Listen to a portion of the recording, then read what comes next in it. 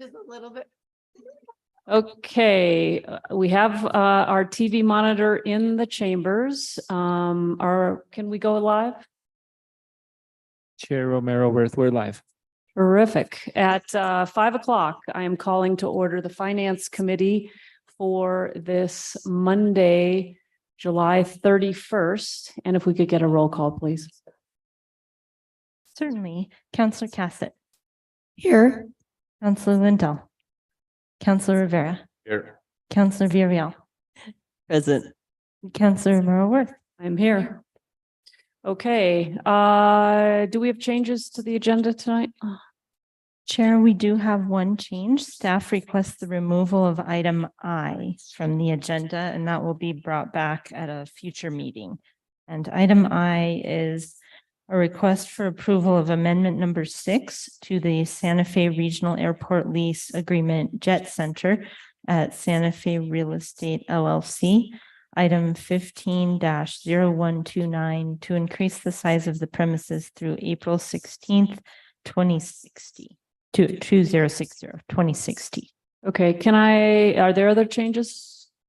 No, Madam Chair, that's Changes from the committee, or is there a motion? Amended. Is there a second? Second, you guys are really gonna make me talk. Motion and a second to approve this item. Counselor Rivera. Can I just ask real quick, maybe from Mr. Harris, why it's being pulled? Thank you, Councilor Rivera. So it's being pulled because we missed some very important language regarding rate increases after an official court appraisal has been done. So since that language was not in there, we felt it best if we pull it, put that language in it, try it again. All right, so I know how important this is, and I know this was supposed to go to Airport Advisory Board. We'll have to figure that out as well. Yes, it should be ready for the next advisory board. Okay. It's not on the committee schedule, so you may want to include that when it comes to the schedule that we're looking at. Okay. That it goes to the Airport Advisory Board as well. Thank you, Madam Chair. Counselor Lindell. Can we make sure that all the referenced leases and amendments are also in our packet? Yes, Councilor. Thank you. Okay, Councilwoman Villarreal. Madam Chair, I've been told there's no link, and I'm looking at it now for on the agenda for PrimeGov to participate. Okay, is this a counselor wanting to I participate? think so, yes, but our guests have the link, right? Okay. Yes, Madam Chair and Councilor Villarreal, at Finance, we allow presenters to participate virtually, but we typically don't have public participation. Right. I think there's a counselor. I think Counselor And I can. Garcia needs the link because they're Can- participating. Michael Garcia? Yeah. Okay, Thank you. I'll send him. Okay, I don't think we were aware that he'd be participating remotely. So if he had requested that, we could have gotten it earlier, but I think we can solve that here momentarily.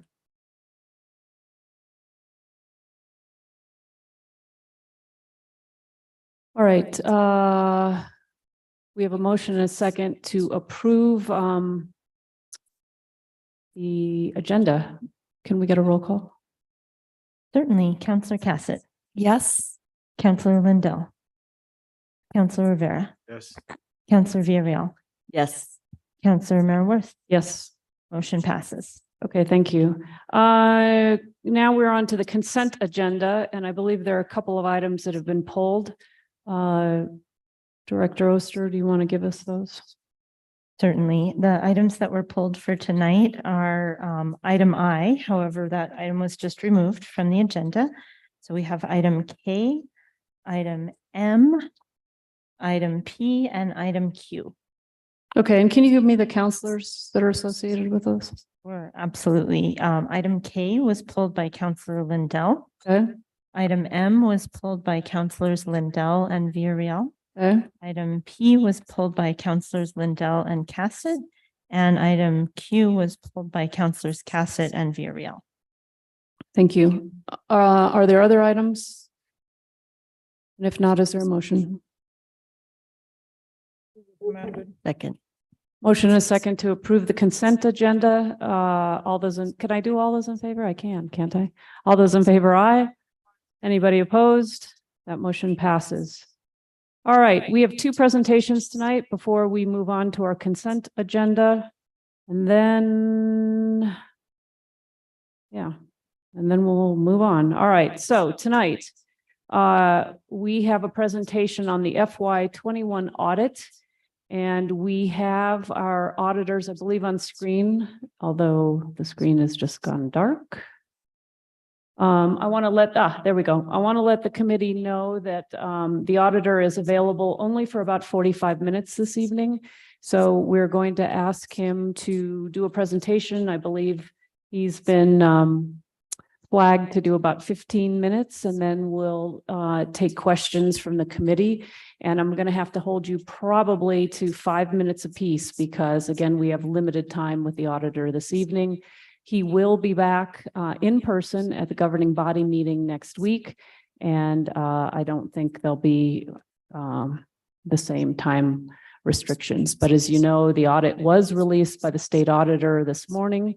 And I'll turn it over to you, I guess, Director Oster, and then you can introduce our guest and we'll move right in. Thank you, Madam Chair and members of the Audit Committee. It is my pleasure to introduce AJ Bowers of our Finance Committee, sorry. Excuse me. Sorry about that. Madam Chair and members of the Finance Committee, it is my pleasure to introduce our audit partner, AJ Bowers from Carr, Riggs and Ingram. He is going to be presenting an overview of the FY21 audit results, and then we'll make sure to have plenty of time to take your questions. Over to you, AJ. Thank you, Emily.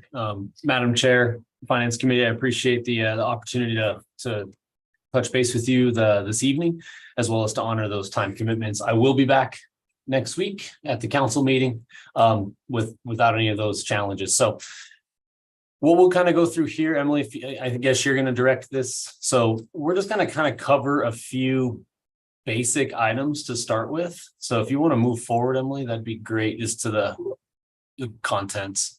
What we'll cover is kind of the timeline itself. I might be able to share him, but we'll cover the timeline. We'll cover the scope of work. That way you just kind of see from a project of how long it takes and what we're kind of where we did the work itself, the scope of the work, the reports, and then any sort of questions that you do have. Okay. So from a timeline perspective, where we'll start is we had the entrance conference back in October of 22. So of course, we're talking about the 2021 audit here, but we did the entrance conference in October. Our planning was really in the January through March timeframe of this year, with field work that commenced through March through June. We had our exit conference June 29th. The audit report was dated June 30th, and that's when it was submitted to the state as it relates to that timing that we had originally talked about with that June 30 mark and goal. And then it was released from the state today. So it went up to the state, it does its review process, they come back and forth. We got the release letter last week, and today was the 5-day letter. So we're able to have that released and presented to you. So as I jump forward here, as it relates to the scope of work, just so you know, kind of from that project that took the last 6 months, kind of what we were looking at. So it was the audit of the financial statements for June 30, 2021. So we also, as part of that audit that we conduct in accordance with all, required standards as it relates to auditing standards, we also test for the single audit itself. And so for the compliance for the major federal programs, we did test the Airport Improvement Grant, the Federal Transit Cluster, and the COVID-19 Coronavirus Relief Fund. So as part of the audit itself, we render an opinion upon the financial statements as a whole. We looked at those federal programs, and then we also test for the compliance with the New Mexico state audit rules. So we do a bunch of tests as it relates to procurement or different travel items, et cetera. We don't render an opinion on the state audit rule, but we do test for that compliance. So that's what we looked at for the course of this audit for 2021. So as we kind of jump forward into, that's what we had looked at. Now we'll get into the reports themselves.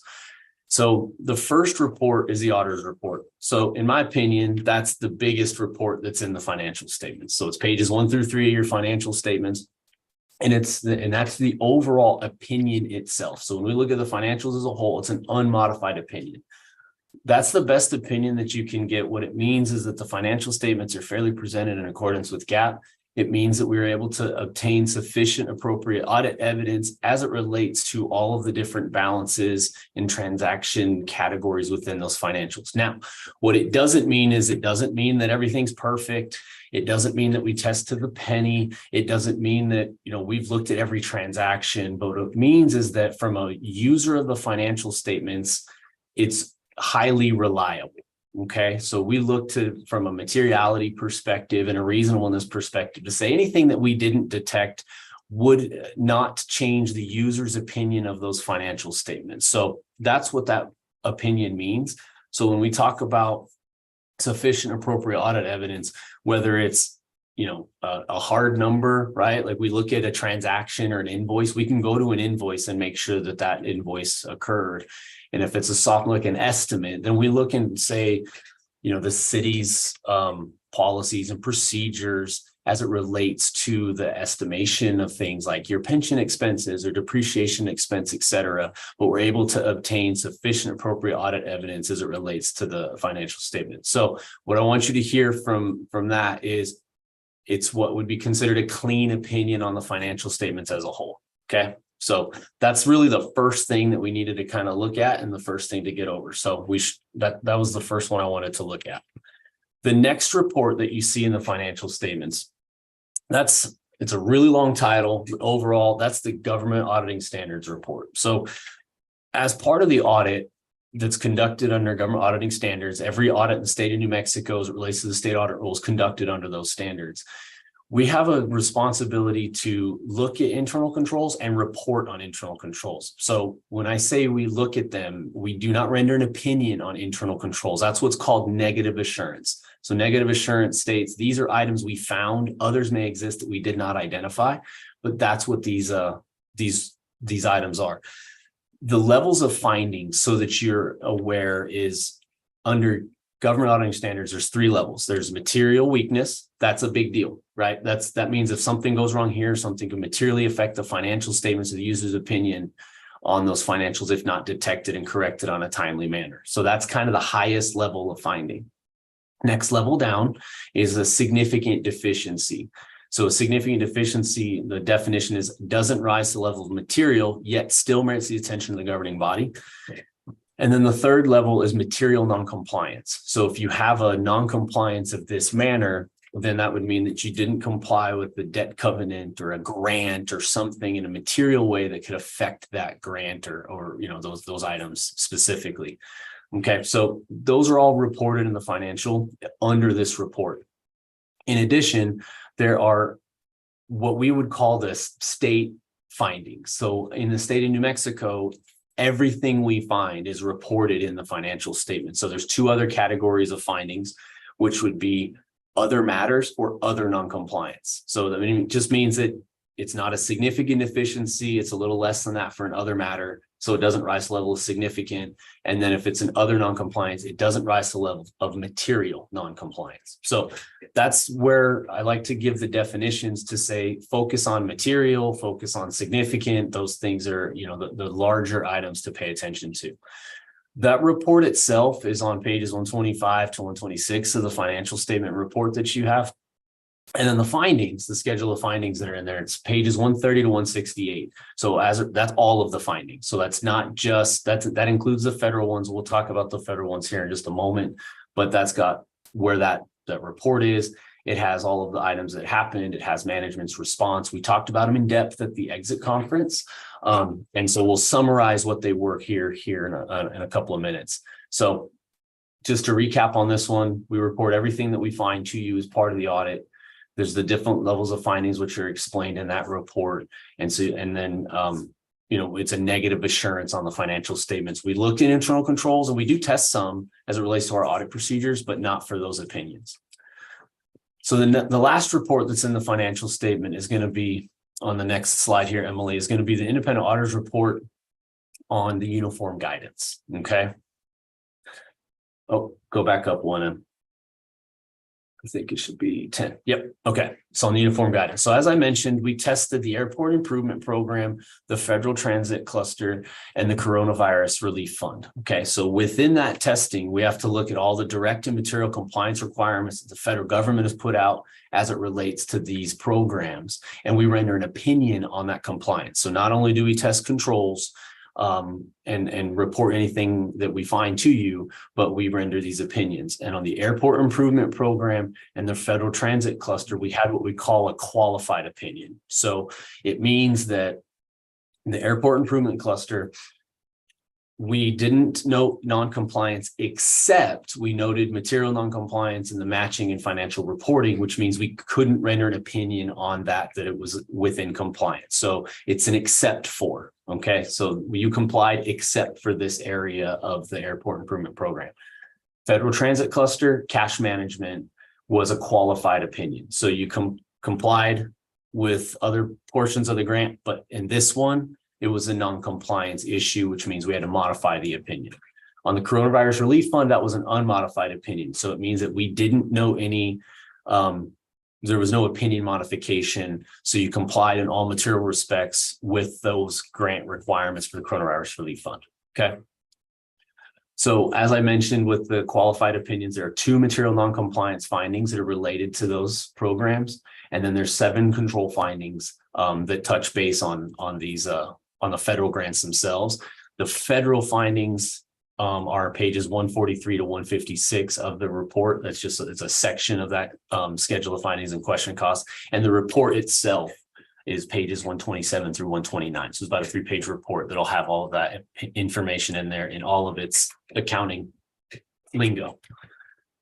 So that's the summary of the reports. I did just put in on the finding summary, just so you can kind of see where they are. So if you go to the next slide here, just so you kind of see when we look at a finding, and when we talk about this FS, that means financial statement. So that's something that's really reported under Yellow Book.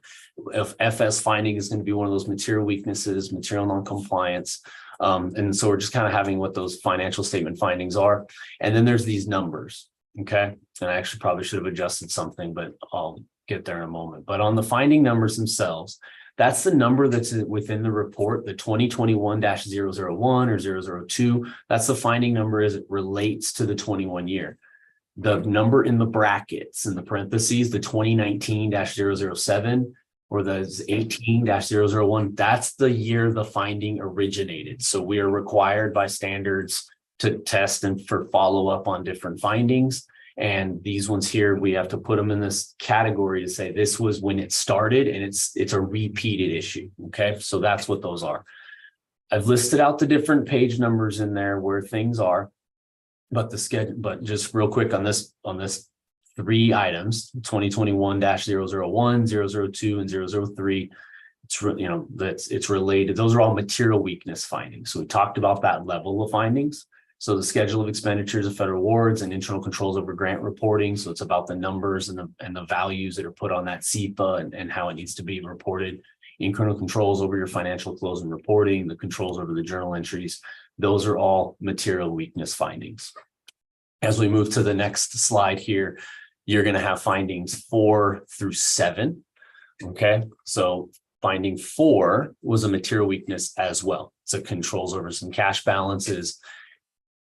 5, 6, and 7 don't rise to the level of material. There's significant deficiencies. It means it's a step down. Okay. And so those are findings 5, 6, and 7. Most of those are repeated. Okay. Finding 5 was a new one in the current year. So you'll see that MW that I put there, that means material weakness. SD is a significant deficiency. So management of professional consultants, the CDBG reporting, the program income. We did not test CDBG as a major program this year. It wasn't deemed to be a major program, but those were follow-ups from the prior year that we needed to follow up upon. So I will encourage you to go to those page numbers and read those findings in full detail if you haven't already. And then that way you've got the full understanding of what occurred there. On the next slide here, on slide 13, I put federal finding. So these correlate with those federal awards and where those findings would be. And so when you have a material weakness, that's that MW, and the MNC means material non-compliance. So that's where we would have an issue that would relate to the opinion on those programs. So within the federal findings, you had 3 findings related to the airport improvement grant. So one of them was equipment and real property management. That was a material weakness. Management and financial reporting was a material weakness and material non-compliance. And then you had a special test and revision provision, the wage rate requirement. That was a significant deficiencies in controls over compliance. So these are really control items that relate to the city's compliance controls to ensure that the grants are adhered to in accordance with the requirements. So you'll see those findings in there, pages 143 through 148. This next slide here is federal transit cluster. So there's 3 findings that relates to federal transit cluster, a significant deficiency over the suspension of debarment, a material weakness over some allowable activities, the cost principles, the period of performance, and then the material weakness and material non-compliance, which again was the one that had the issues as it relates to the opinion with that federal finding 13 for cash management over the federal transit cluster. So 149 to 154 has all the details of those findings, what we found, management's response, et cetera. And then next, we have the last federal finding, which was related to the coronavirus relief fund. Now, it was a significant deficiency in internal controls over compliance. It didn't rise to the level of material, or it wasn't a material non-compliance that had to be reported or modified the opinion or anything. But we did note some allowable cost items in that COVID grant of an immaterial dollar amount, but it was reportable to you as it relates to that. So that's kind of those. In my opinion, the findings that are required by standards to be reported to the board, because they are ones that might take resources or policies, procedures, et cetera, in order to get corrected on there. These next few we have other matters or other non-compliance. So OM is going to be in other matters. So these are where they fall in that state audit rule finding item. Okay, so you had some controls over payment vouchers, controls over accounts payable were both considered other matters. They didn't rise to the level of significance, but they need to be reported in accordance with state requirements to you. And on the next slide, you'll have pledge collateral was an other non-compliance. So there was one of the banks that we couldn't get the collateral documents. I think that's already being rectified. But that was something that was new. Emergency procurement was a very small item that was noted in there.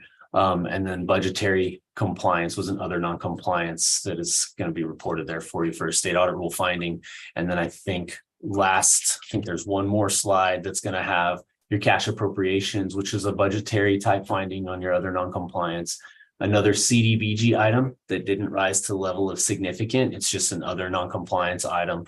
Again, like I said, we didn't test that as a follow-up. And then the late audit report. So I believe that kind of takes us to the end of where all of the findings would be, kind of a high level summary of what the financial has in store as it relates to that. So to kind of sum up, you'll have those findings in there to go over, but the opinion on the financial statement as a whole was unmodified, which is the best opinion that you can get.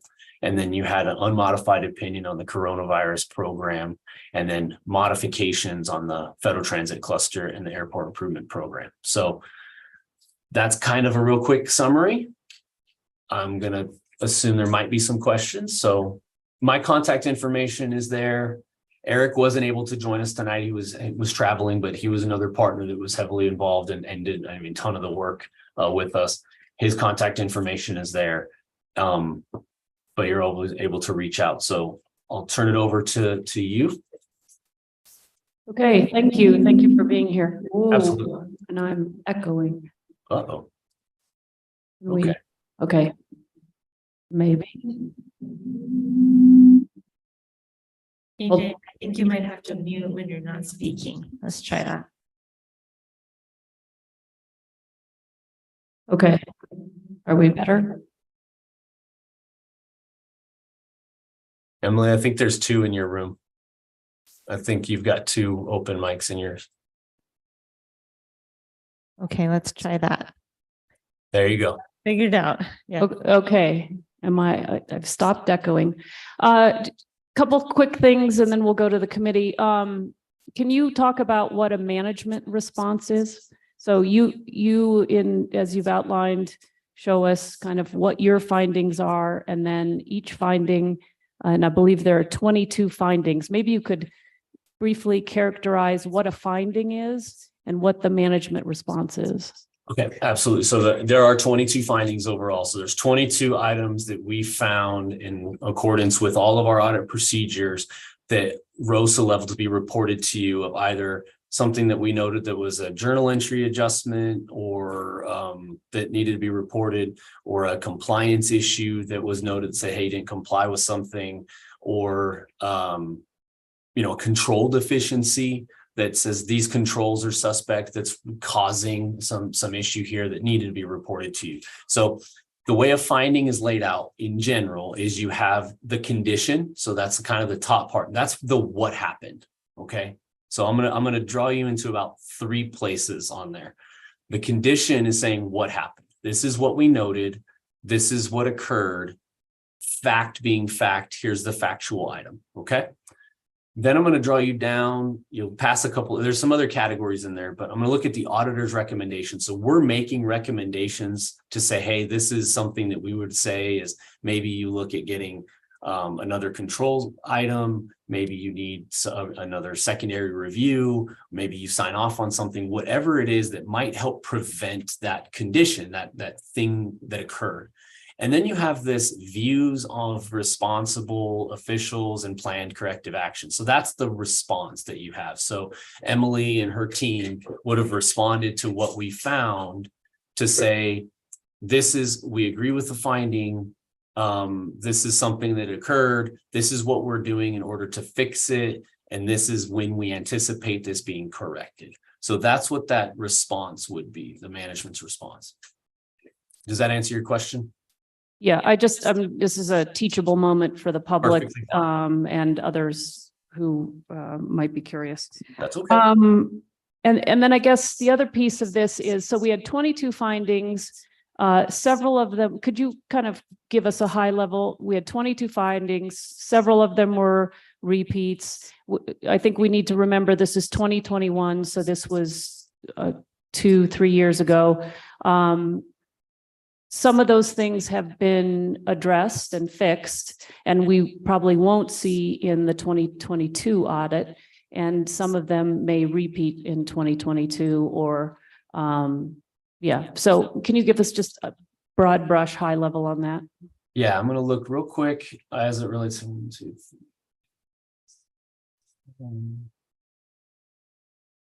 3. So of those 22, 9 were repeats. Okay. So 9 repeat findings. I didn't actually put up, and I'd have to look, or maybe Emily could look at how many were cleared from the prior year, but there was around 10 or so that I think were cleared from the prior year. I think Emily can give us that, Emily. Yes, Yeah. that's correct. And that's on page 168. There were 10 of the findings from FY20 that were resolved in FY21. And Okay. And yes, then that- there are 9 that repeated from FY20 that, okay, I think so. I think it's 9. Yeah. 11. 11. Okay. 11, yeah. 11 are 11. repeats. Okay. I just think it's important for us to Important. look at kind of the spectrum, the continuum here about where we are, because again, this was 2 years ago. We have not stood still, but have, I think findings generally are something that give us a roadmap of the work we need to do to continue to improve on our systems. I don't think they are atypical for entities who are audited. Am I correct in that? I mean, many entities that you are involved with have findings. They give us a sense of the work that needs to be done to continue to improve. Is that accurate? Yeah. I mean, so when I look at findings, I look at severity. So those are what we really look towards. Volume is not always the right measurement, because in New Mexico, we report 100% everything that we find to you. Okay, so you're held to 100% A+ threshold. So that's not reasonable in most areas. Something's going to happen. Something's going to slip through the cracks. Okay, so findings are not something that always is looked at as bad. It's an opportunity to improve and to say, hey, the auditors found something that said we need to shore these up. So that's where we look and say, from a severity perspective, there's some real small ones in there that say, hey, we can correct this really quickly. This is just an oops. We didn't dot the I here, whatever it was. We got to figure out what those are. So there might be some that we can tick off pretty simply, which, as you noted, about 50% were cleared from 20 into 21. And you might have about 50% of those cleared into 22. I have no idea right now because we haven't done that follow-up, because we're actually in 24's year right now. So Right.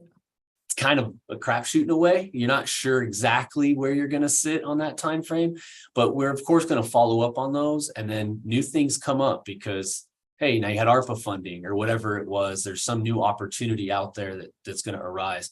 What I always focus on is you focus on the biggest ones, the material weaknesses, the significant deficiencies, material noncompliance, because that says these are the ones that really say the board or the council or those charged with governance are going to have to put resources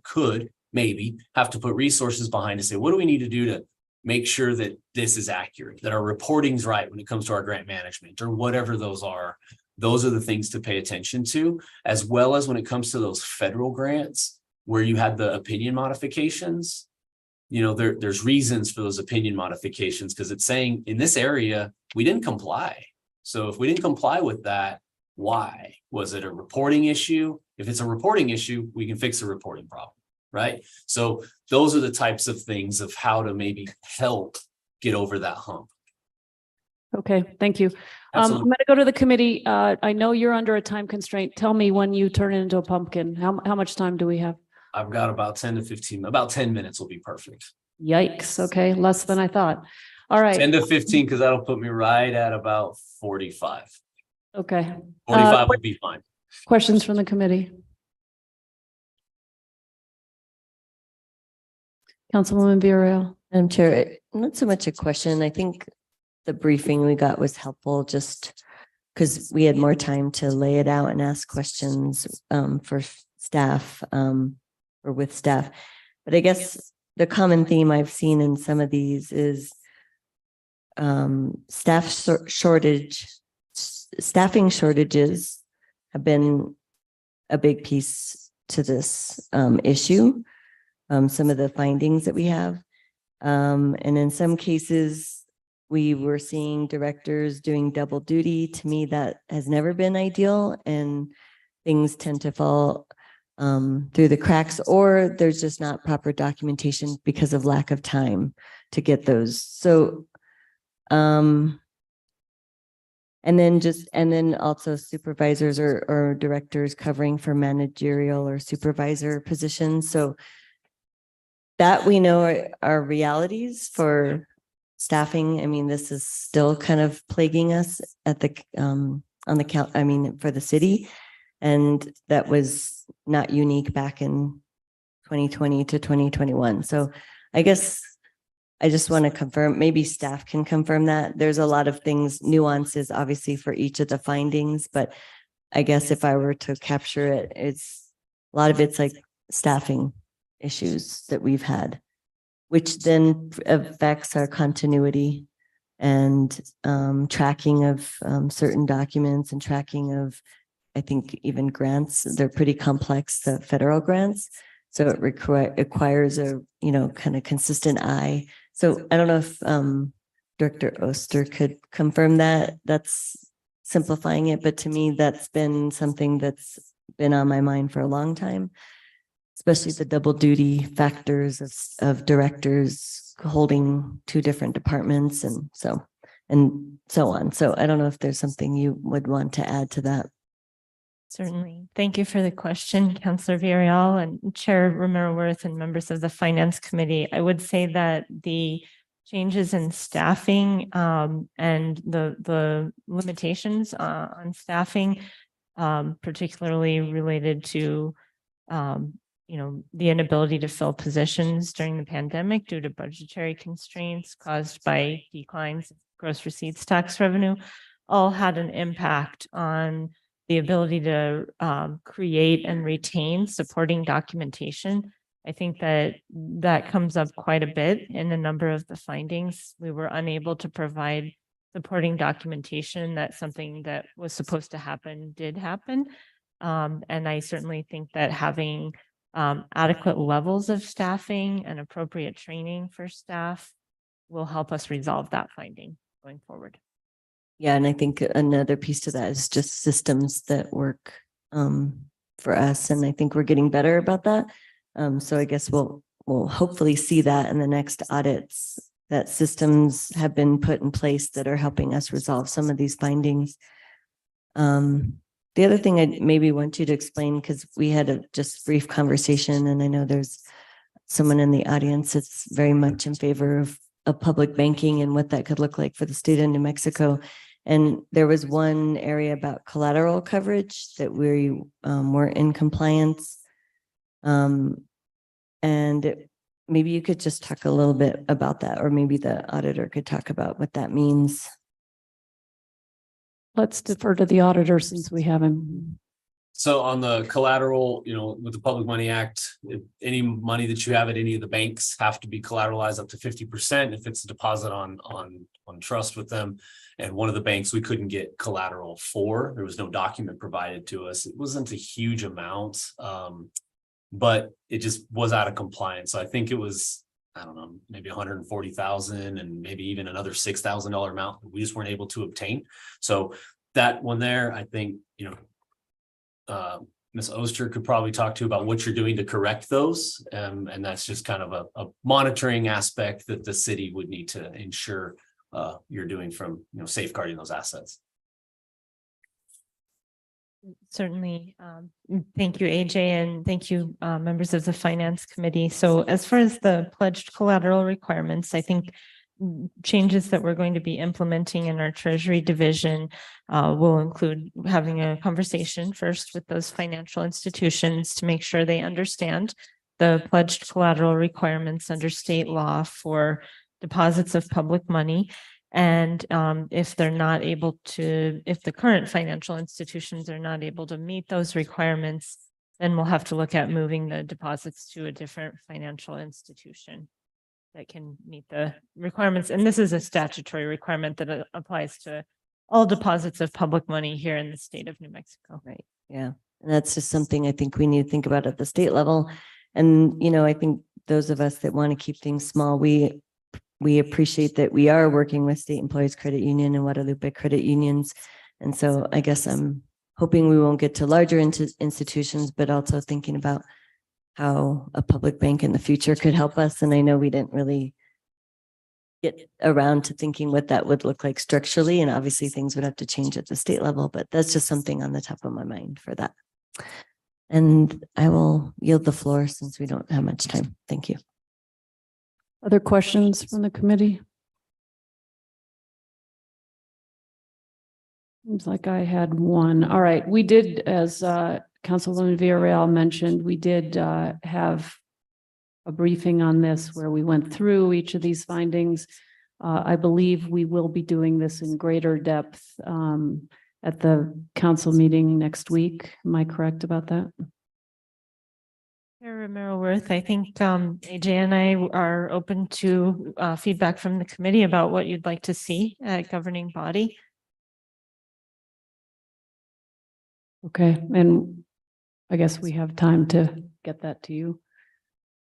Sure, absolutely. If there are specific areas where you'd like us to go into more detail, or this is our first round, it will be presented to the audit committee on Thursday. The presentation plan is similar to what we've shown tonight here in Finance Committee. And then if you'd like us to make adjustments for more or less detail or areas of emphasis, we can do that ahead of governing body next week. Great. And can you briefly tell us about the audit committee? What's their role? The audit committee is a citizen committee that is appointed by the governing body based on recommendation, excuse me, from the municipal judge. So it is independent of management, and their role is to provide primarily over the independent audit function, but they do have, some oversight over the external audit function as well in terms of reviewing the reports of the independent external auditor and making recommendations to management about how to resolve findings and issues identified in the external auditor's report. And they can also conduct their own audits, correct? Internal audits?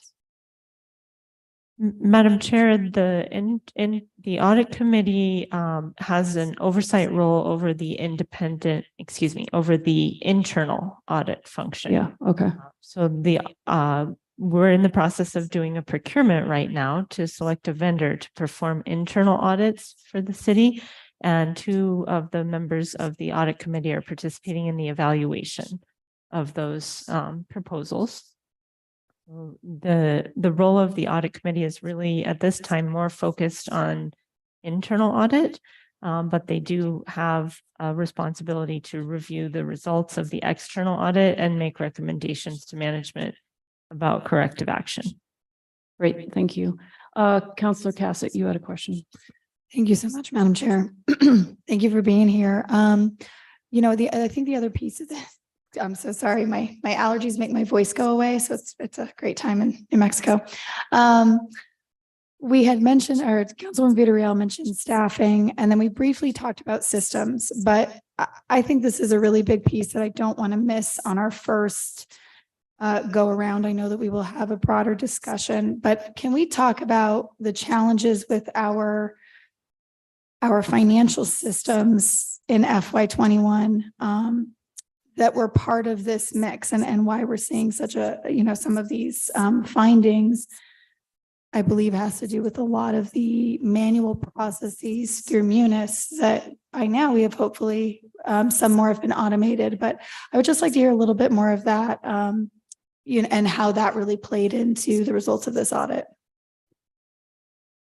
So I'm going to kind of talk you've got to remember when this occurred was, 21. So you're looking at July 20 through June 30 to 21. And during that period, everyone had a massive shift from in-person and then remote and then hybrids. There was, as auditors in certain years, in certain places, we had to look at pre-COVID, during COVID, post-COVID, all in one year. And the control systems changed dynamically and very quickly. So the city has to adapt. Of course, what happened at this point, you got to have to make some adjustments. Obviously, there were issues already in 2020, partially with that. We weren't the auditor, so I can't tell you because it was that or whatever, but you've had some of those issues previously. So as it relates to how the city sets up the controls and the different modules, I think there's a lot to be said of how you could do it, maybe, but that's not necessarily what we look at from that perspective. We're looking to say, are the controls that you've gone forward with functioning? Obviously, there's been a lot of document retention challenges that led to some of those from a reporting, or maybe people didn't know what needed to be done from a control perspective.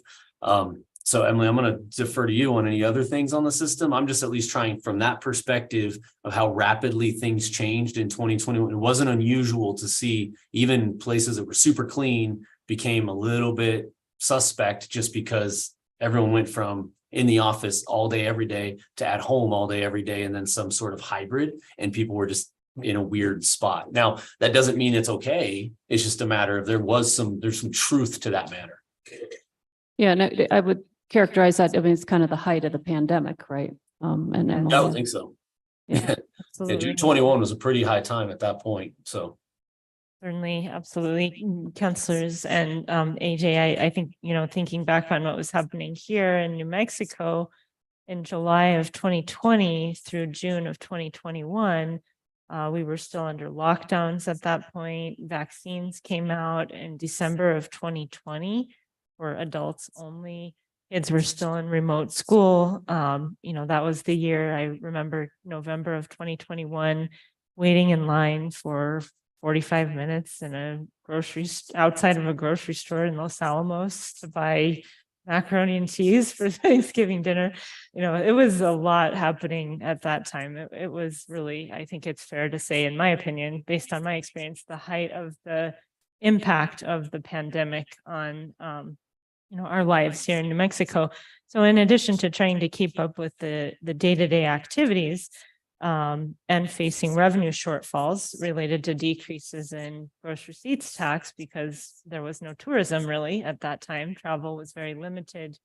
The city was also trying to respond to a massive public health emergency on a scale that most people who are alive today had not seen in their lifetime, and responding to real-time needs of the community.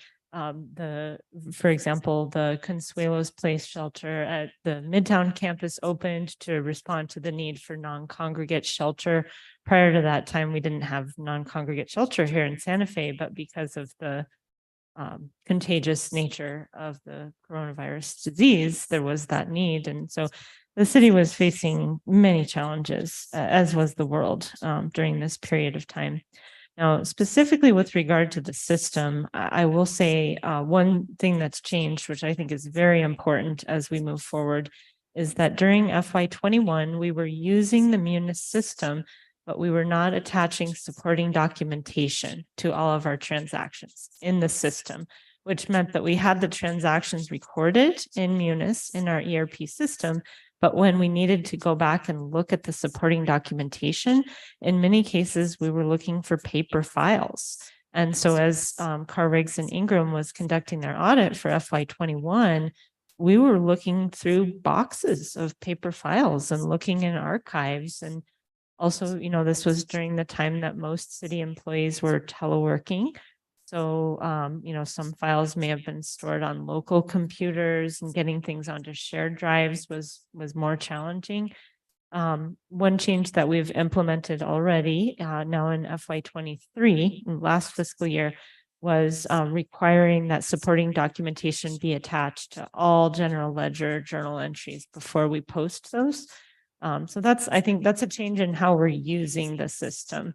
The functionality was there, but we didn't start using it. And I think going forward, it'll be the difference in the audit process from AJ's team and CRI giving us a sample of transactions and us having to potentially go to an archive or look through paper documents to find the support for those transactions, to now going forward, we can give the audit team view-only access to our system, and they can go into Munis and look at those documents themselves without any city employee ever having to pull anything or go through boxes. So I would say that that's one example of how our system usage has changed and I think evolved to improve our operations by making better use of the technology. Does that answer your question, Councilor? Yes, it does. Thank you. Okay, I think to respect our auditor's time, we need to let him go.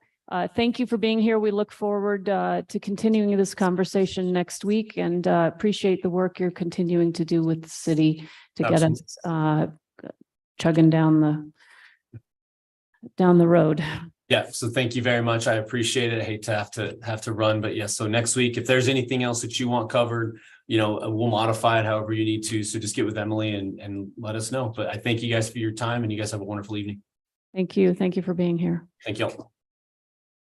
Okay, other questions of Emily about this item? Councilor Rivera. Yeah, Director Oster, I remember some time back, but they had talked about one of the problems being that vendors were listed multiple times by different departments.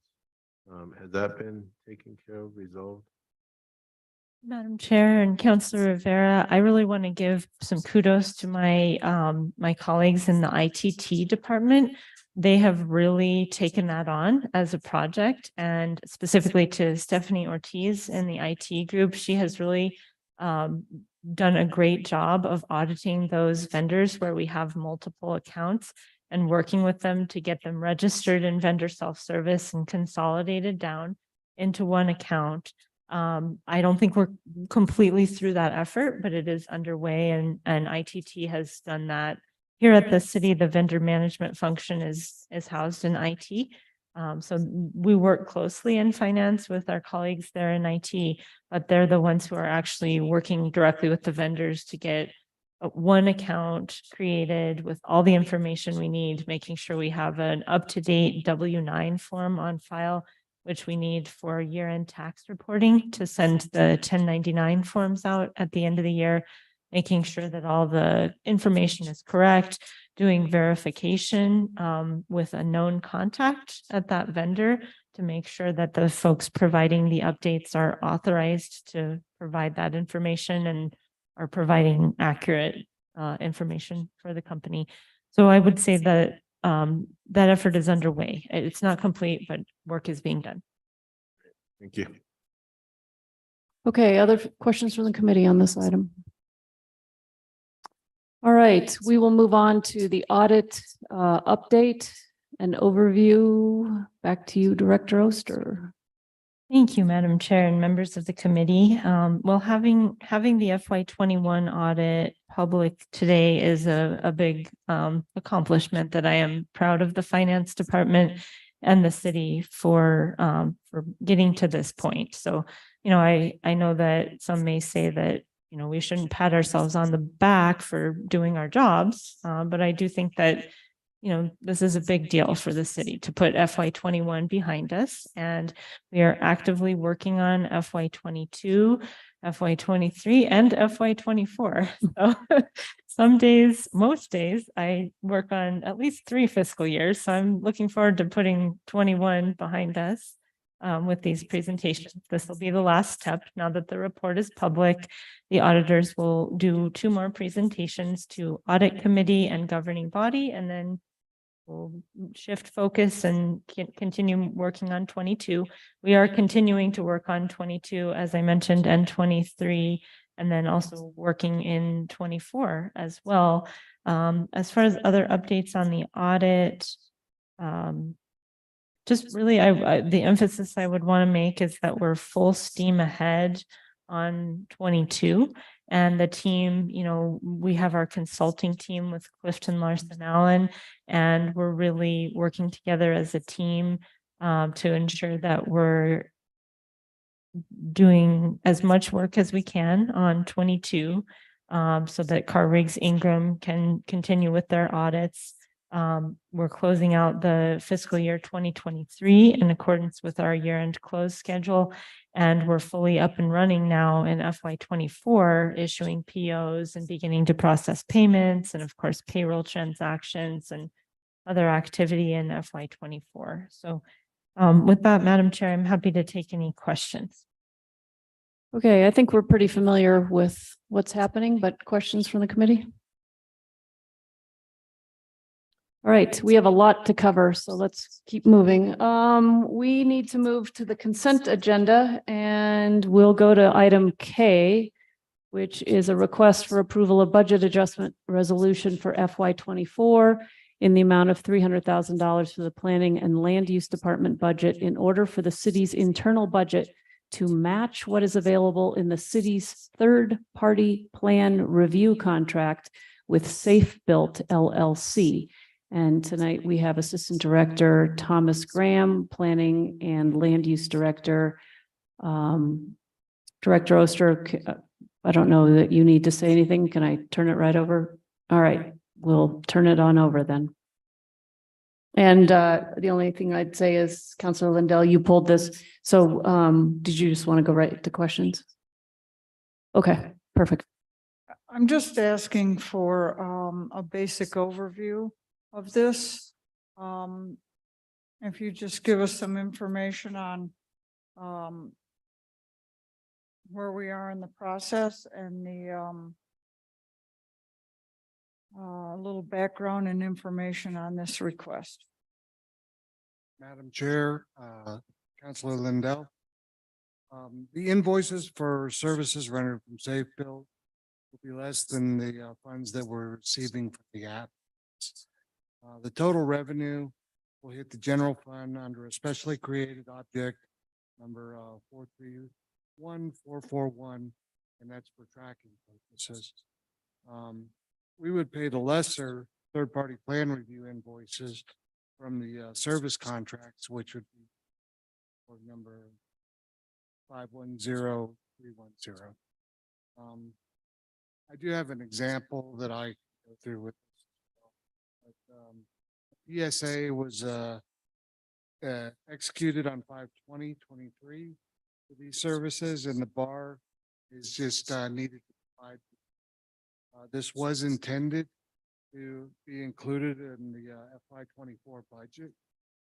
But the time it was executed and the details worked out, it was too late to add to the FY budget.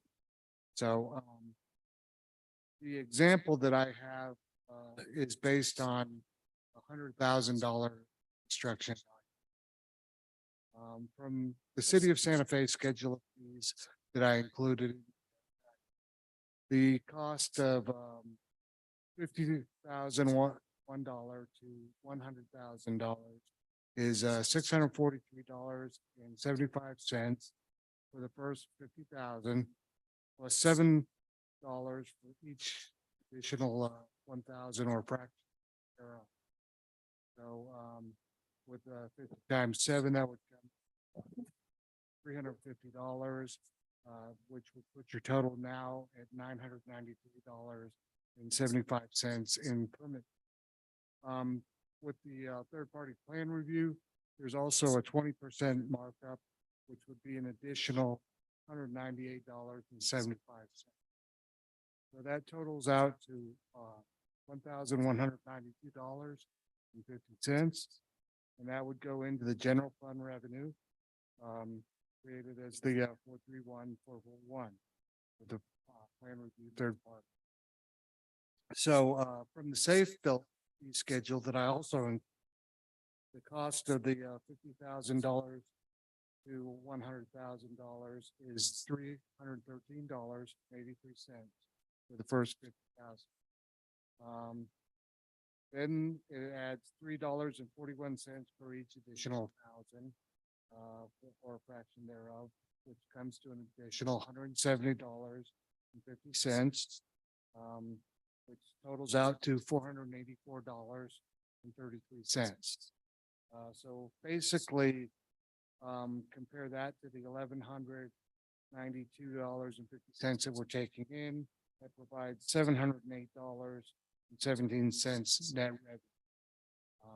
So we just need to put this bar in place in order to install that third-party plan review that we have on our fee schedule, and that we can then start using. Thank you. Other questions from the committee? Is there a motion? Move to approve. Second. Motion is second to approve this item. Do we need a roll call? I think we do. Yes, Madam Chair. Counselor Cassett, Yes. Counselor Lindell, Yes. Counselor Rivera, Yes. Counselor Villarreal, Yes. Counselor Romero Worth. Yes. Motion passes. Thank you, Mr. Graham, for being with us. Okay, we are on to item LM, which is a resolution adopting the City of Santa Fe's 2025-2029 Infrastructure Capital Improvement Plan. We have Director Wheeler here. She's going to give us a quick overview.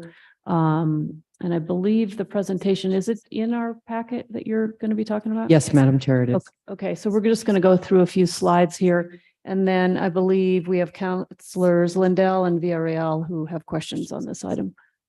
Thank you so much, Madam Chair, members of the committee. Regina Wheeler, Public Works Director. I've been managing the city's ICIP and capital improvement program for 5 years now, since I came here in 2018. So it's an opportunity for us to do a little bit of reflection on our performance in this program.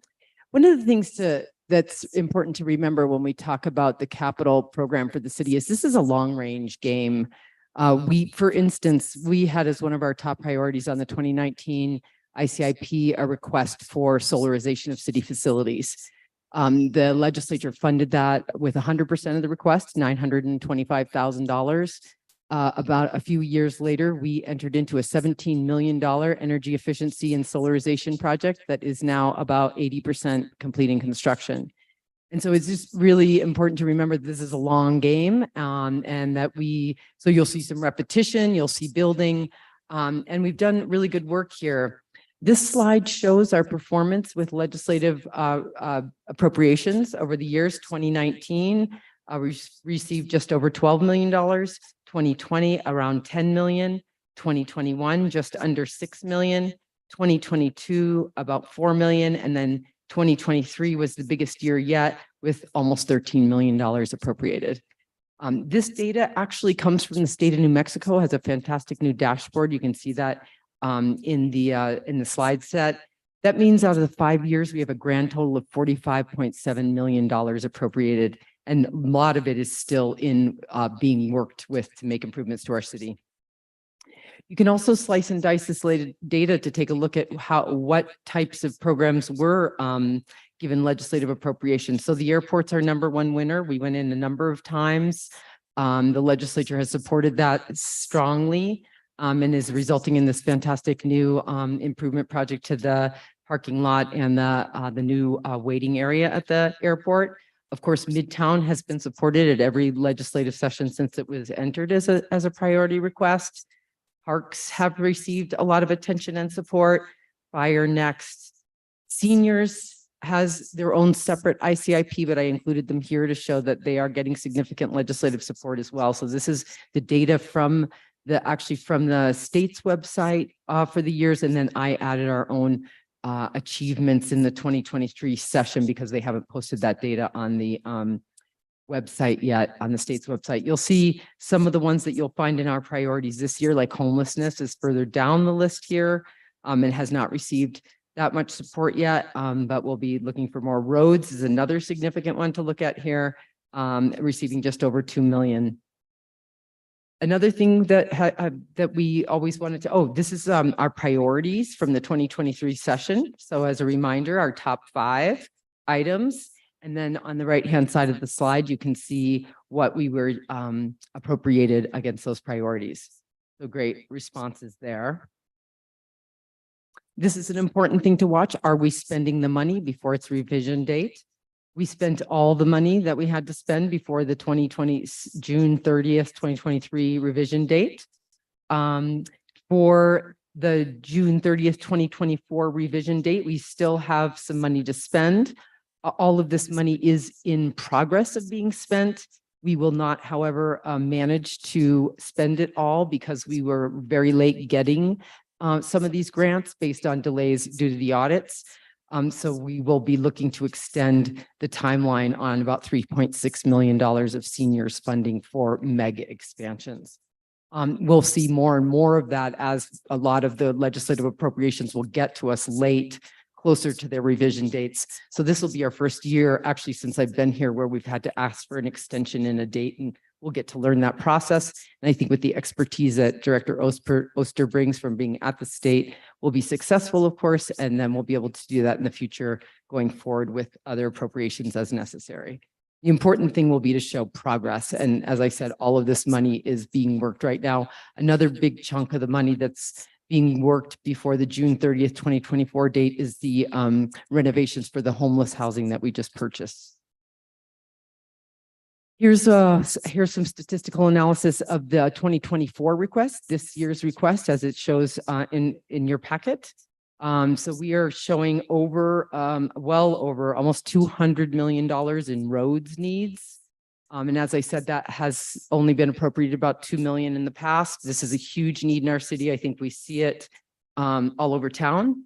Wastewater is a new large need at the top. Water. So this is just a summing of the dollar amount of all the projects in these categories that are in our ICIP request this year. Libraries are there, airport, and it goes down the list. And then the actual numbers are in the table on the right-hand side.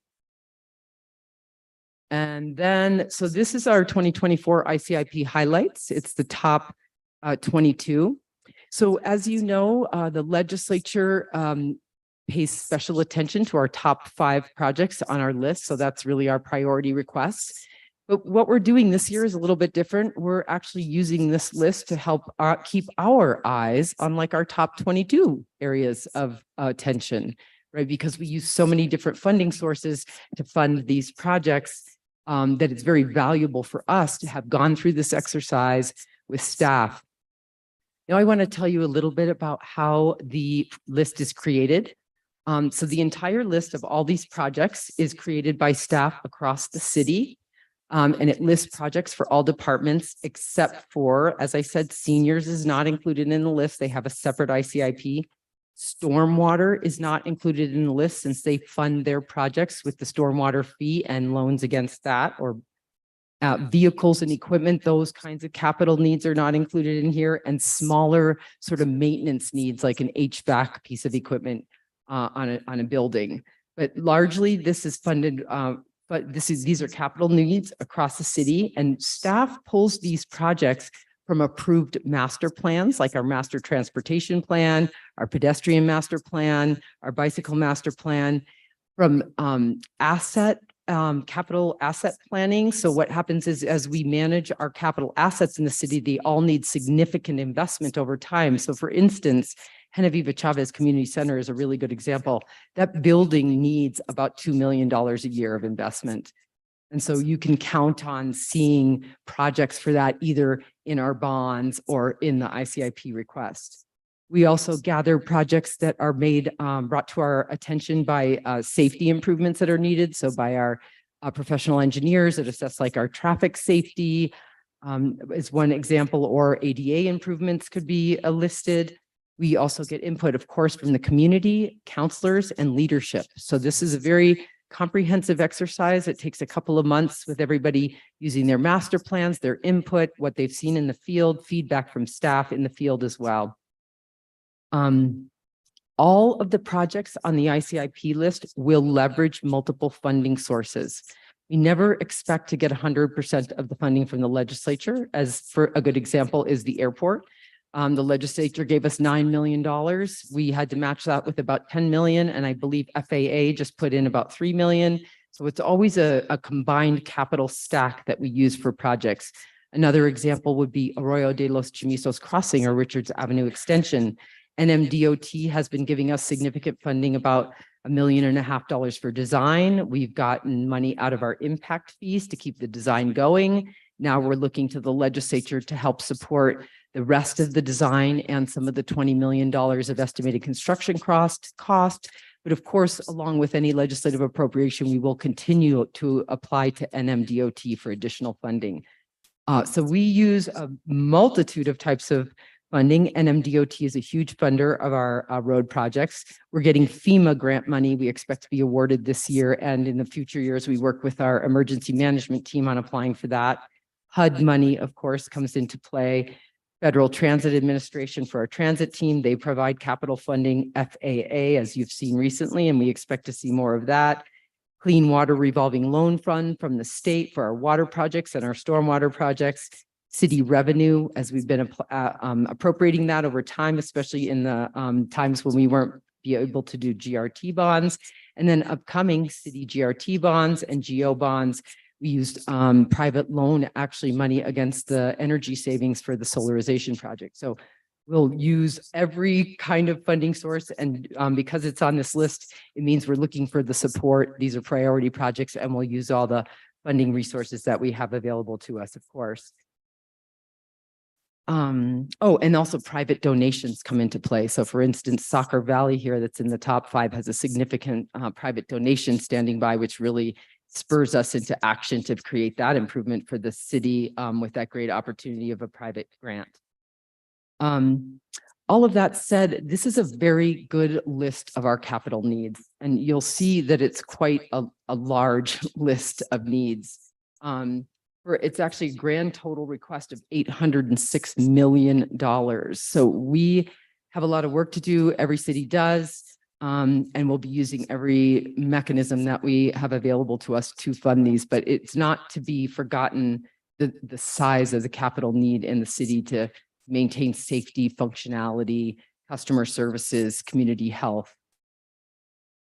The prioritization process, I wanted to talk a little bit about that. Staff put together the big list, and then executive staff met a number of times. So that was all the department directors, the finance director, the deputy city manager, the city manager, and the mayor. And we really talked about what are our dire needs at this moment? Where do we really need to have investment quickly? And so that resulted in the top 5 projects that are in your packet. And we also met with counselors one-on-one and got feedback there. I know some of our counselors solicited feedback from our legislative delegation as well as to what they would be looking for. And so all of that is baked in. We've also met with our lobbyist, and he's beginning to provide us feedback. So that is the process that got as how the prioritization was achieved that you see before you.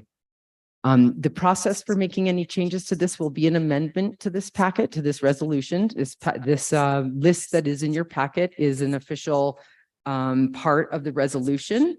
And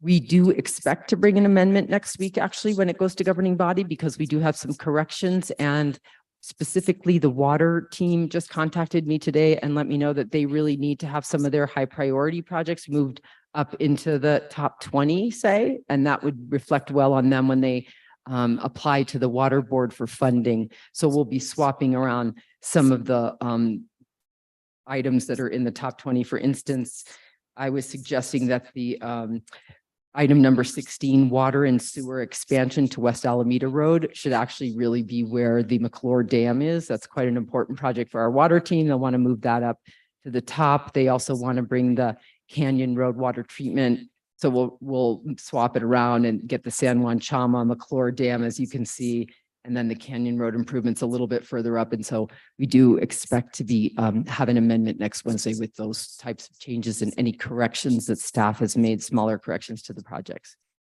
Thank you very much for that time, Madam Chair, and available for questions. Great. We'll go to Councilor Lindell and then Councilwoman Villarreal. I think that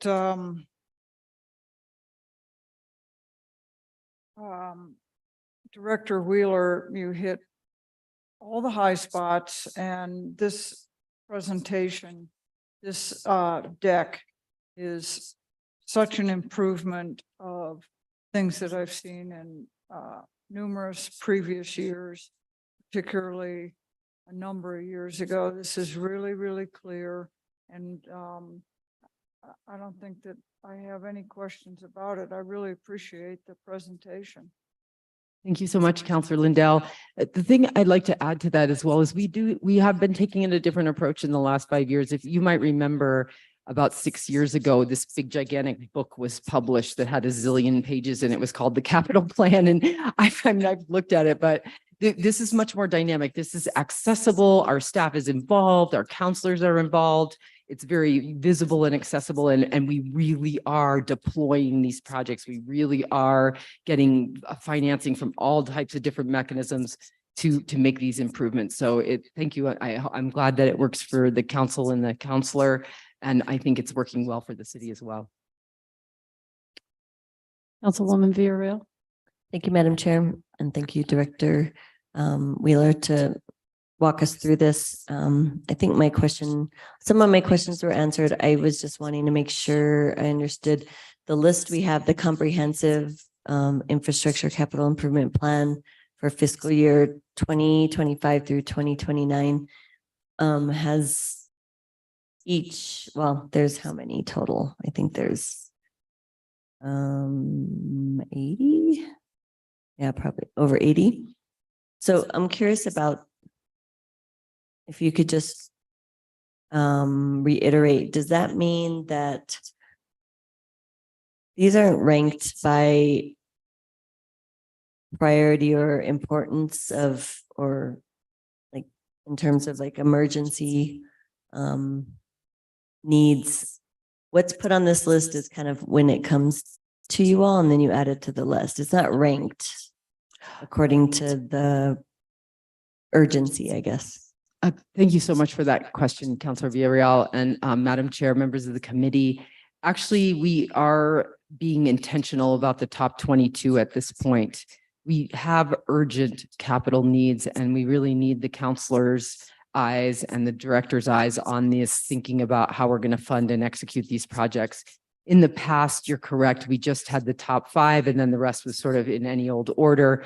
but we are trying to utilize this list now to, prepare ourselves and to really pay attention to urgent needs.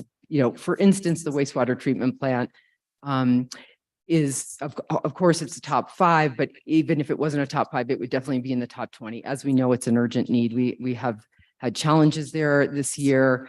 We know that wastewater enterprise fund, of course, can bond for a lot of their capital improvements, but any bonding they do will increase the fees to our public. So whatever we can do with grants and legislative appropriations will help us to deploy that. Another example would be number 7, the affordable homeownership housing at Midtown. That's actually a new item on the list. And it is an opportunity for us to leverage additional funding to make housing even more affordable at Midtown, home-owned housing at Midtown. So another new item on the list is the bridge on Upper Canyon in Cerro Gordo. NMDOT has let us know that bridge is our one worst condition bridge. It's in poor condition. I went and saw it myself the other day. It has about 1 foot of concrete as the deck, and it has rusted rebar coming out the sides.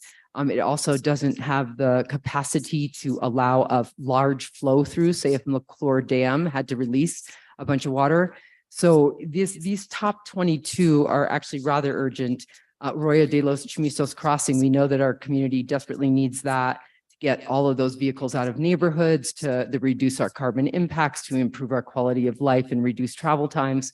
So I would say that the top 22 is really quite intentional, and possibly after that, it's a little bit more random. Thank you for that. And good to know about how Cerro Gordo Bridge reconstruction got in there. I just want to note that we have been trying to figure out funding sources, or a variety of funding sources, to be able to come together to tackle what's also on Cerro Gordo is the reconstruction of that road. And that's moved down to 26. So is there a way to feed 2 birds with one seed kind of concept, where you're actually looking at the bridge, but it's also contributing to the reconstruction of the road that we've had years of problems with, and trying to find, funding for that level of need? So maybe you could speak to that a little bit more. Thank you so much for that question. I had left a piece out, Councilor Villarreal, Madam Chair. There is another opportunity to highlight need, and that is with our legislative priorities resolution that is just beginning its process. And that will be an opportunity for each district to select a district priority that is not in the top 5, and it can be anywhere on the list. And so that's a real opportunity. I think the bridge is the very tail end of the Cerro Gordo reconstruction that needs to happen. And what needs to happen at Cerro Gordo is it's been a dirt road forever. It was never engineered for drainage. We now have people's properties that are below the grade of the road. They get inundated when it rains. There's silt runoff and flooding that occurs. There's incredible damage to the street in large rains. People that live there talk to us about it. Right now, we have a temporary sort of, what we've been doing is putting millings and emulsion on the road for about every 3 years. That has to happen. We have to tear up the whole thing and put it back down. It costs about $200,000. So I think as a legislative priority, if we could get enough money to start the design on that, that would be a great way to get going on that project. Yep, I see. I think it would be important, and to potentially move it up, although everything on here, I think it's hard to try to figure out. Some are being more proactive, some are really kind of reactionary to deferred maintenance. So yeah, I think that'll be a tough decision. Can you say more about potentially funding that would have come or has come from the Infrastructure Investment Act? Is that funneled through NMDOT, or is it, how do we receive that money for the city? Madam Chair, Councilor Villarreal, yes, a lot of that funding comes through the departments, with the state department. So NMDOT, NMED has funding that they provide to our utilities team and our stormwater team. I'd have to say that from our perspective, the state has held on to a lot of that money for their own projects. They're rebuilding 285 to the state line. La Bajada is being rebuilt. They're doing the St. Michael's DOT is also working on Cerrillos Road. The last mile that's still there is between St. Francis and St. Mike's. And there are also funding opportunities directly from the federal sources that we look at every single one. The mayor is really quite diligent about anything that he gets a notice of. So we have different teams in Public Works, particularly MPO is a great resource. They will investigate any grant that I send them and see if we'd be eligible. And if we are, then the team gets together and decides what project we might apply for. So I think each of I call it like embedded grant teams because we know what our projects are and then we can look at what the requirements are for the grants. So it comes to us through a number of different sources, but I'd say largely from the state and then some directly from the federal that we apply for. Okay, thank you. I think that's all I have. Just this list always seems to grow. It has We- grown significantly this Yes. year. Yes, we didn't leave anything off. But I'm happy to see we have investments that we're focused on that are specific to the wastewater treatment plant. And then also improvements and ongoing support to complete the West Alameda reconstruction. I'm assuming that's the same area on Alameda that we're trying to make sure that we have enough funding for with this current reconstruction. That's correct, Councilor Villarreal. As you remember, we did a drainage study. It was called, it also evaluated what it would take to reconstruct that road. So it would have bike lanes and a sidewalk and proper drainage. And that's what this project is that whole thing. So we'll be building the culvert right now. It'll actually be 100 feet across to support that new cross section, even though we'll just pave the two little lanes across it right now. So it matches the rest of the road, but we're definitely looking forward to getting improvements across all of Alameda. In fact, the pavement is degraded as well. So now it needs investment. There's one other thing that I'd like to mention. You'll see some of the things that aren't in the top priority have received significant legislative funding. So for instance, Governor Miles Reconstruction and Improvements has received a couple of different legislative appropriations. We don't have them yet, but we know they're coming. We know that enough is coming for design. So we would deprioritize that right now. We don't want the construction money right away. It'd be important to spend. Usually it takes about a year for design of a significant road project. So we would deprioritize that right now while we work on the design and then take a look in a year and see if it's ready to come back for construction funding. And you'll see that happening with a few projects as well. Great. Thank you so much, Director. No further questions. Other questions from the committee? Director Wheeler, this is a significant amount of staff work in these 7 slides. So I want to thank you for that. I think, you know, the list may be growing, but the city, as is documented here, has, I mean, obviously millions of dollars in deferred maintenance. And I think this presentation demonstrates the more what I would call systematic approach that perhaps you are taking, you and your teams, to starting to whittle away at that. And I'm, you know, this list is incredible. I think there are lots of projects here I'm excited about. I'd like you to speak a little bit to the main library improvements. I'm delighted to see that we're doing some work there. And I think there was a study, is that correct? To see you basically define the level of work that needs to go on there. Can you just, for the public, maybe talk about that a bit? Yes, thank you so much, Madam Chair. The main library is in downtown in the historic district. Especially the exterior shows the need quite clearly.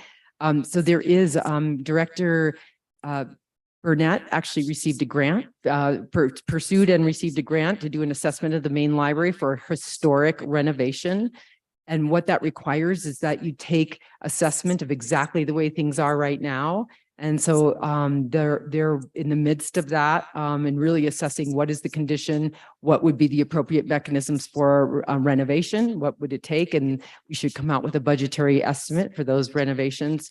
And then the governing body also, I think just recently has appropriated $200,000 to stabilize the exterior, to paint it and stabilize it. That'll be a great thing to hold us over until we actually get to invest in the historic renovation of that beautiful and beloved downtown facility. Yeah, thank you. And then the South Capitol area road construction, I want to highlight this one too. And I want to invite my colleagues, the public, to drive that area. These roads are way overdue. And they are an important piece because of their vicinity to the state capitol, which welcomes people from all over the state, country, probably world. But these roads don't just need paving, they need reconstruction, and they're long overdue. And I'm just happy to see that we're, again, systematically figuring out what our needs are and starting to chip away at them. Thank you, Madam Chair. Yes, South Capitol Area Road reconstruction is a particularly tricky project. It's a little bit like Cerro Gordo. They're concrete roads, so we can't just mill and fill them as we can do to improve the surface of so many roadways. We actually have to dig them up and start all over to make them asphalt roads. And it is awful if you drive there. It's just ba-boom, ba-boom, ba-boom. And there are gaps in the road. So we'd be excited to get started on that project as well. One of the things that it makes me think to mention here is that, and it reminds me from the audit presentation as well, we have had challenges over the past few years, particularly in the engineering division. You know, I've been the acting engineering division director for 3 years since John Romero left and leading that team. And it was large, so many vacancies that I was all the way managing down to the people that actually do the paint and stripe and signs. That's 3 levels below my level. We're really excited that the tide seems to have turned in our ability to recruit professional staff.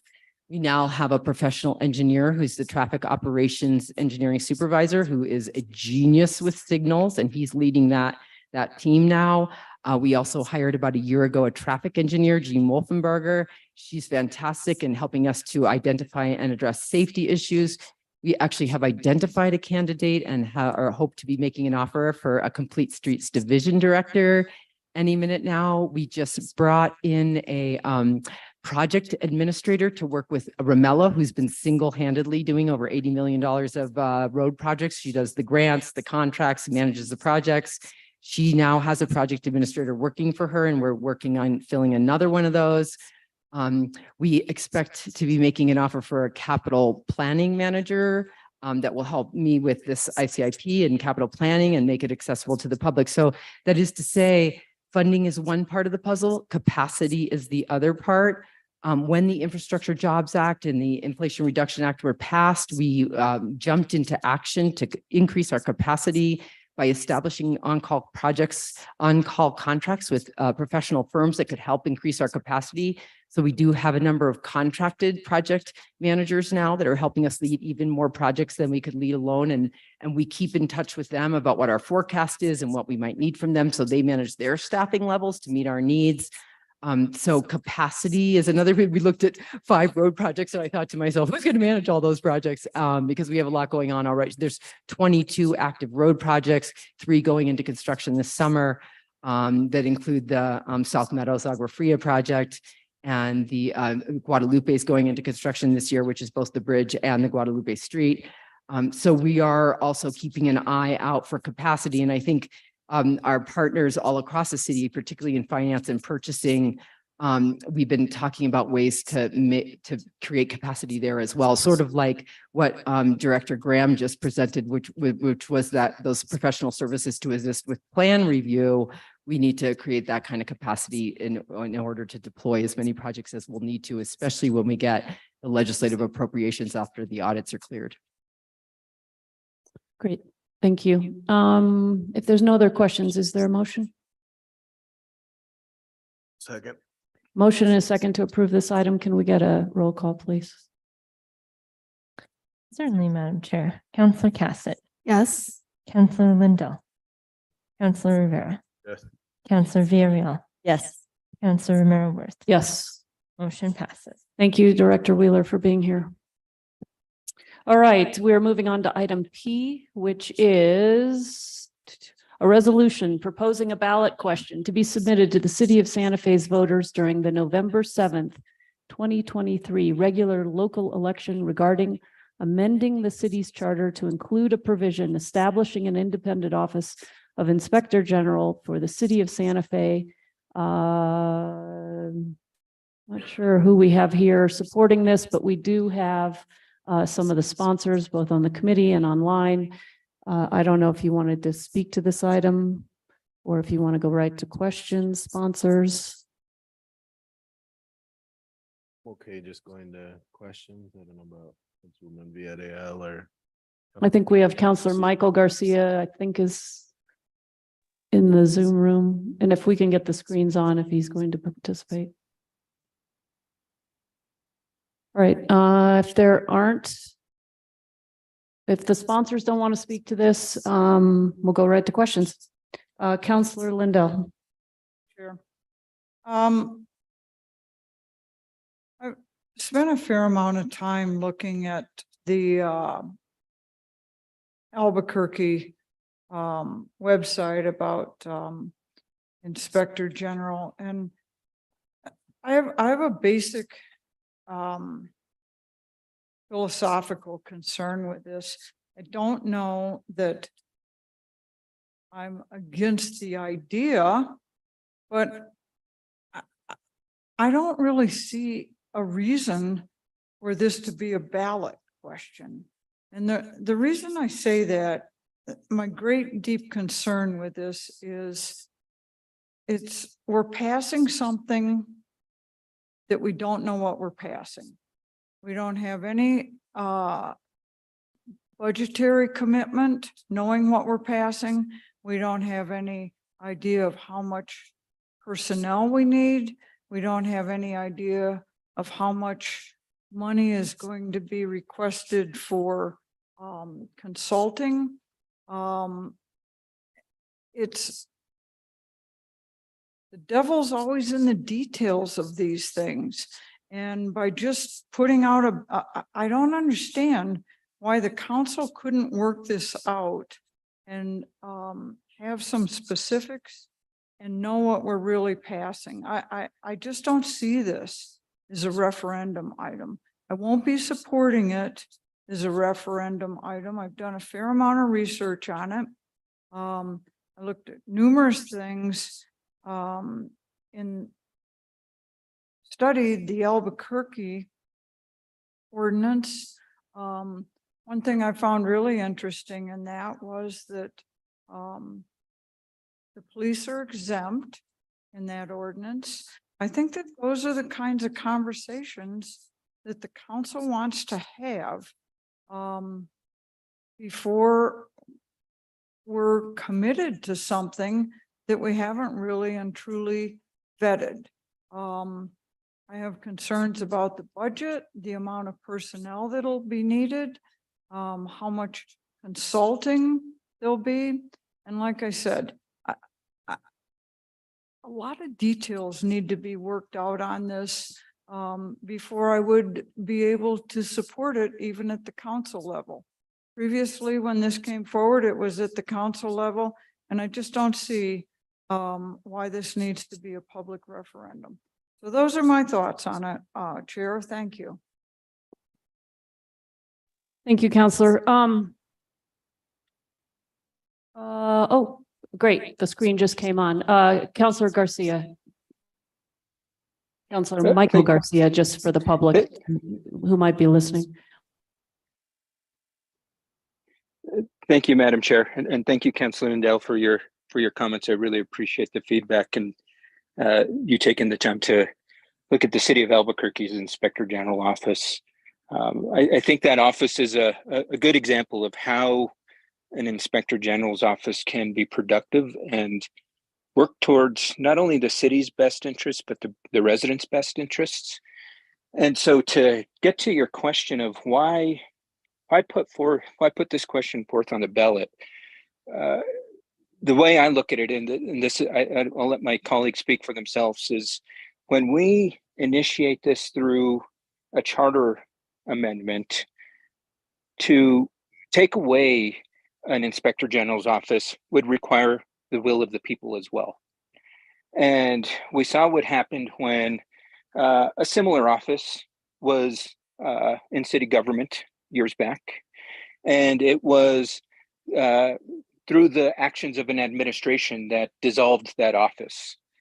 And it's my belief that when you have a form of government like this and an independent office like this, that the creation should be done by the people. And if the office is to go away, then it should be undone by the people. And so that's the reason why or at least I feel we're proposing this to be on the ballot. Now, in regards to the details, I think that is, I completely understand Councilor Lindell, but that provides us great opportunity to hear from the community in regards to what has worked well for other municipalities like Albuquerque, what hasn't worked well. When you brought up the exemption of the police in Albuquerque, I would not be in favor of that for the city of Santa Fe. So if this were to pass, it would allow us ample time and opportunity to develop a strong and robust Inspector General's office that would ultimately lead to the public and employees having a strong faith in their government. There are folks that work within our government, and there are residents that have lost faith of our city government in regards to the way the city has been operating. And having an independent office like this would help to build back some of that trust. Some of the resources that could be saved through the development of this office, through the investigations for fraud, waste, and abuse, could help with the pay that this office will cost. Because as you mentioned, Councilor Lindell, this will be a brand new department. It will cost the city resources, but we have to look at it from a different perspective and look at it from the perspective of how much resources are now going to be saved, how many resources are saved from because of fraud, waste, and abuse is being identified. And so with that, that's why I strongly support this going to the voters. And then we can build a strong and robust Inspector General's office that will work for the betterment of the city. It is just another example of how we are committed to developing a form of good governance. And if we allow for us to not go to the voters, it then takes that political turn where it can be done and undone by an administration, as we've seen in the past. So hopefully that helps to answer your question, Councilor Lindell. Councilor Lindell. What office, Councilor Garcia, what office are you talking about? I'll ask my colleagues, Councilwoman Villarreal and Councilor Rivera, because I was not part of city government at the time, but there used to be similar, like a fraud, waste, and abuse office that was within city government that was dissolved. Councilor Rivera. Sure, that's true. We had it was a part-time auditor, probably around 2012, 2013. It's around the same time that they found out that somebody had been taking several thousands of dollars from the parking meters and depositing them into the bank, which led us to create the fraud, waste, and abuse hotline. But then once the economic downturn took place in the city, that was the first department to go away. So I think that's why the desire to want to put it on the ballot versus just trying to create a position that may end up going away once things get a little bit tough. So that was the thought process behind that. And again, that I wish I could remember her name. I can picture her face. I just can't remember her name. She was here. Okay. Do you? Go ahead. I have questions, but if you have questions, I'll have you go first. All right, we'll save your voice in case you and I have similar questions. Let's go there.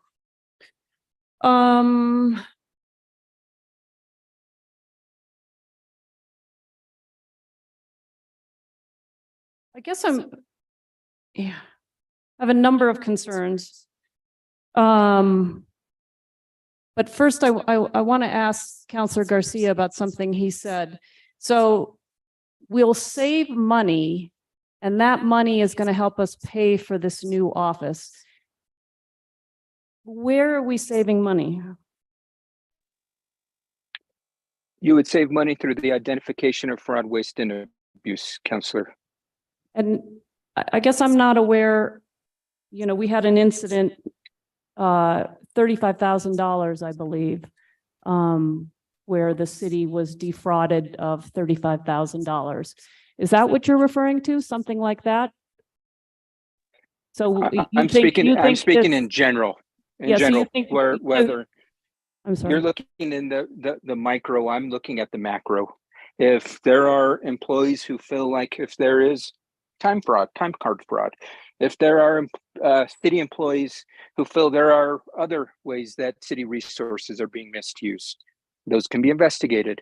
Now let's flip to the public side. If the public feels that their taxpayer dollars are being misused in one way or another, that can be investigated. So it all comes down to having an avenue and a vehicle for adequate investigation. Right now, we don't have that. We've got the city audit committee, but that's not the city audit committee's job. The job of this Inspector General's office was to take in the requests of potential fraud, waste, and abuse and determine if it warrants a thorough investigation.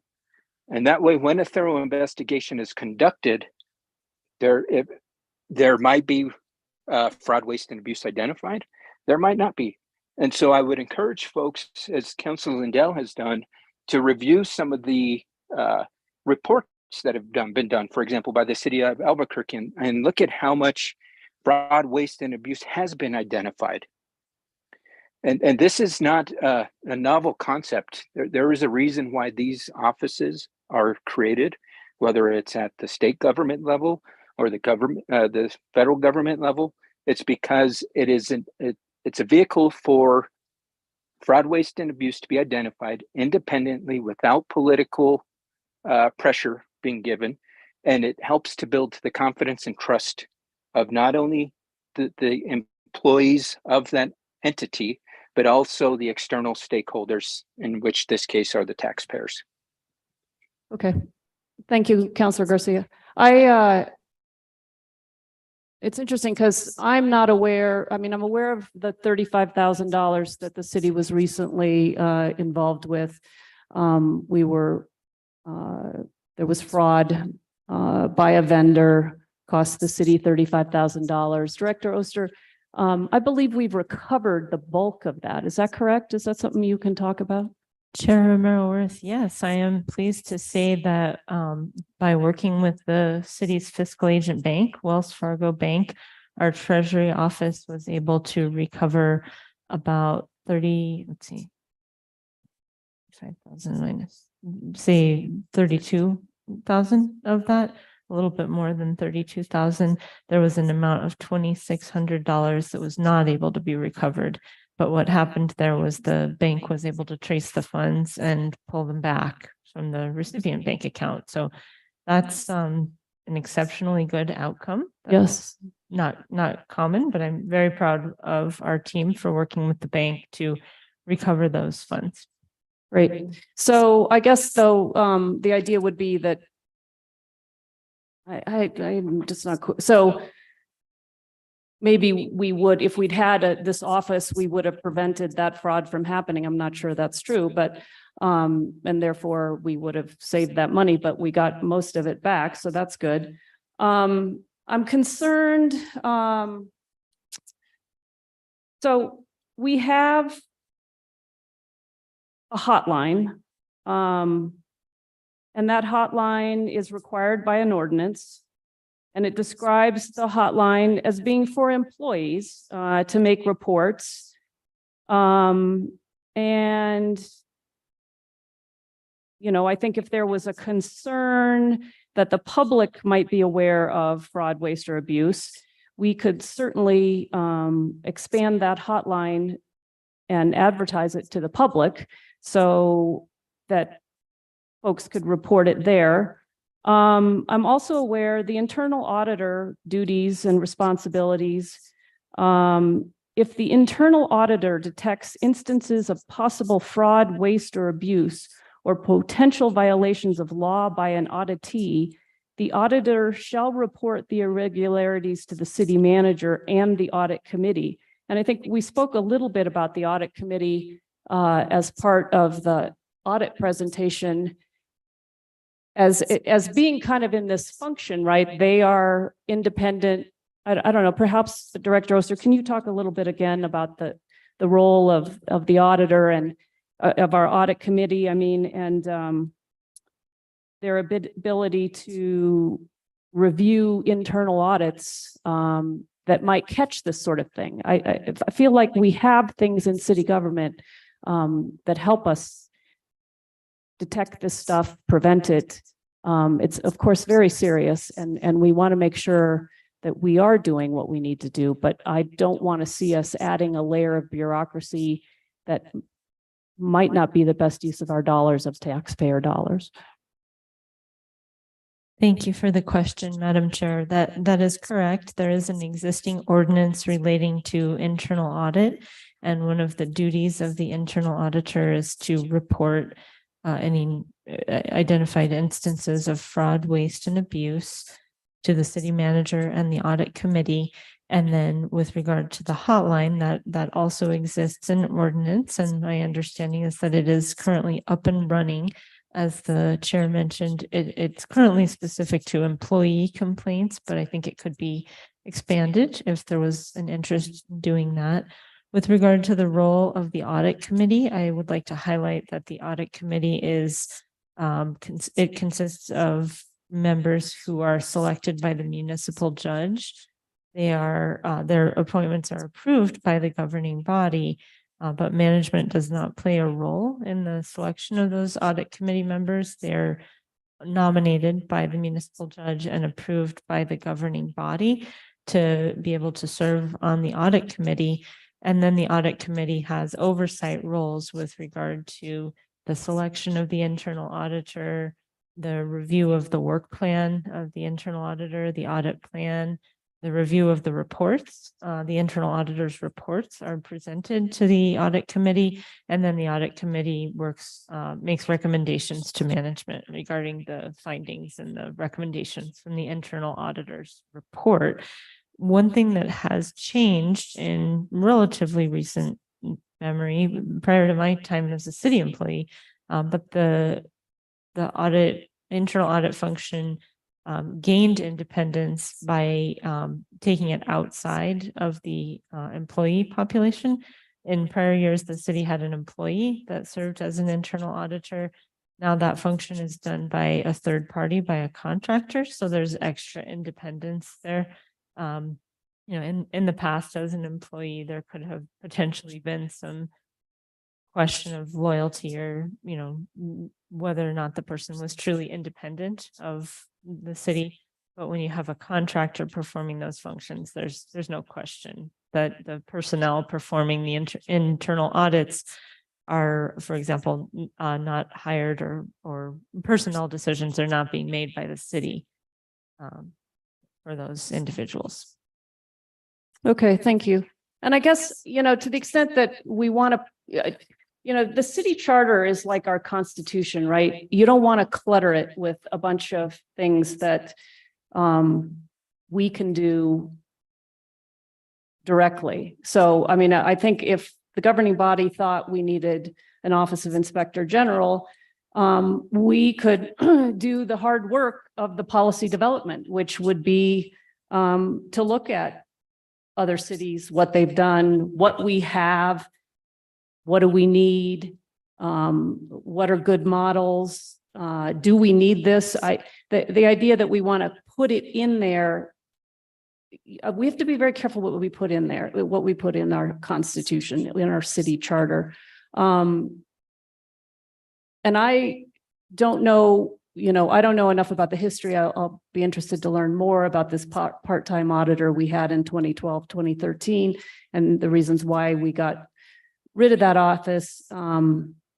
And whether, I mean, I do think we want to be able to adjust our priorities and our funding to meet our needs. And perhaps we had other things in place and this particular model wasn't necessary anymore. So, again, if there is an issue and we need to address it, I don't know why we couldn't just do that. And I think, rolling up our sleeves and doing the hard work of the policy development and deciding what this office should look like, what kind of a budget it would have, how many staff it would have, making sure, that it's not duplicating functions we already have.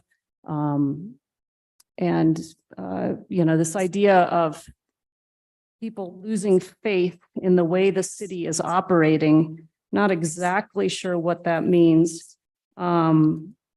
It's kind of a generalized statement. I think if there's something specific that we can address, we should address it. I think if people just don't like the personalities running the government, that's why we have elections.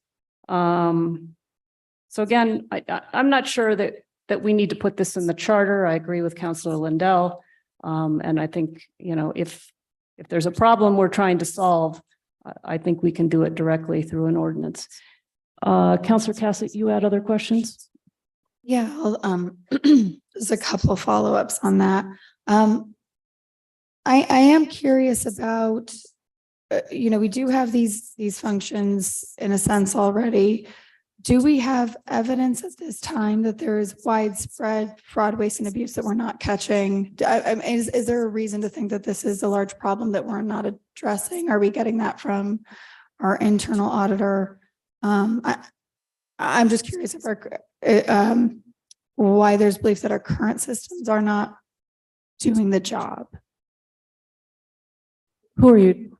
I guess to That too. the sponsors, and then I would, Director Oster, I know this is not necessarily you're not the staff on here, but seeing as you work with the internal auditors, then follow up from what you're hearing from that realm as well. So I think sponsors first and feeling like what we're doing isn't working, and then what we're seeing as well from the auditors. Thank you. I think the purpose of setting this up is to avoid anything. So if there was an Office of Inspector General that could look at things independently, they may find something. They may be able to get a phone call on the fraud, waste, abuse hotline and decide if this is something worth looking at. When we had the internal auditor that was a part-time employee, she was finding things that were going on, and she was also working by herself on a part-time basis and was trying to become full-time and was trying to hire additional staff, and the budget just didn't support it at the time. So it's really to prevent those issues that probably we don't know about, like the parking division. There were employees that had an idea that something was going on, but no means to really bring it to anyone's attention to say this is a concern. So this would, be an office or a phone number that they could call, and the OIG would look at all the calls that come in and be able to decide if something, rises to the level of really looking at a little harder. Okay, thank you. But am I understanding correctly? We actually do have that phone number now. We do have a fraud-based abuse hotline. Madam Chair and Councilor Cassett, yes. And who answers that phone?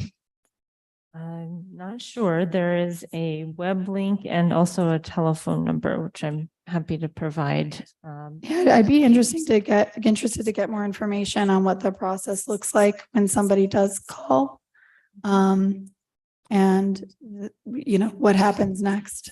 Madam Chair. It'd be interesting to see if anyone answers that, because the internal auditor that got terminated when the budget was low, that used to manage that fraud, waste, and abuse hotline. It'd be interesting to find out if anyone does it. Yeah, I'd be interested to hear that, as well as how frequently is it being utilized? How many calls is it getting? If there's been reports, what has happened? I think what I'm trying to understand is we do have systems in place, and the question is whether or not they're working. And I don't think that that has been identified yet. I don't think that there's been an assessment of what we currently have in place and whether or not that is functioning as a preventative measure. And I think that would just be important information for us as we continue to explore this. If we can. Sorry. Director Oster? Go right ahead. Madam Chair and Councilors, I'm looking at this documentation and the web link did work. It took me to a website that gives me options to make a report, follow up on a report, or review city policies. It appears that this is being handled by a vendor called Ethics Point LLC or Ethics Point Inc. So it looks like it's live. I didn't try to call the number, but the same phone number is listed here on the website, and the website is active. Now, this is the fraud, waste, and abuse reporting that at this point is for employees, but I think it could be expanded to be available to members of the public as well.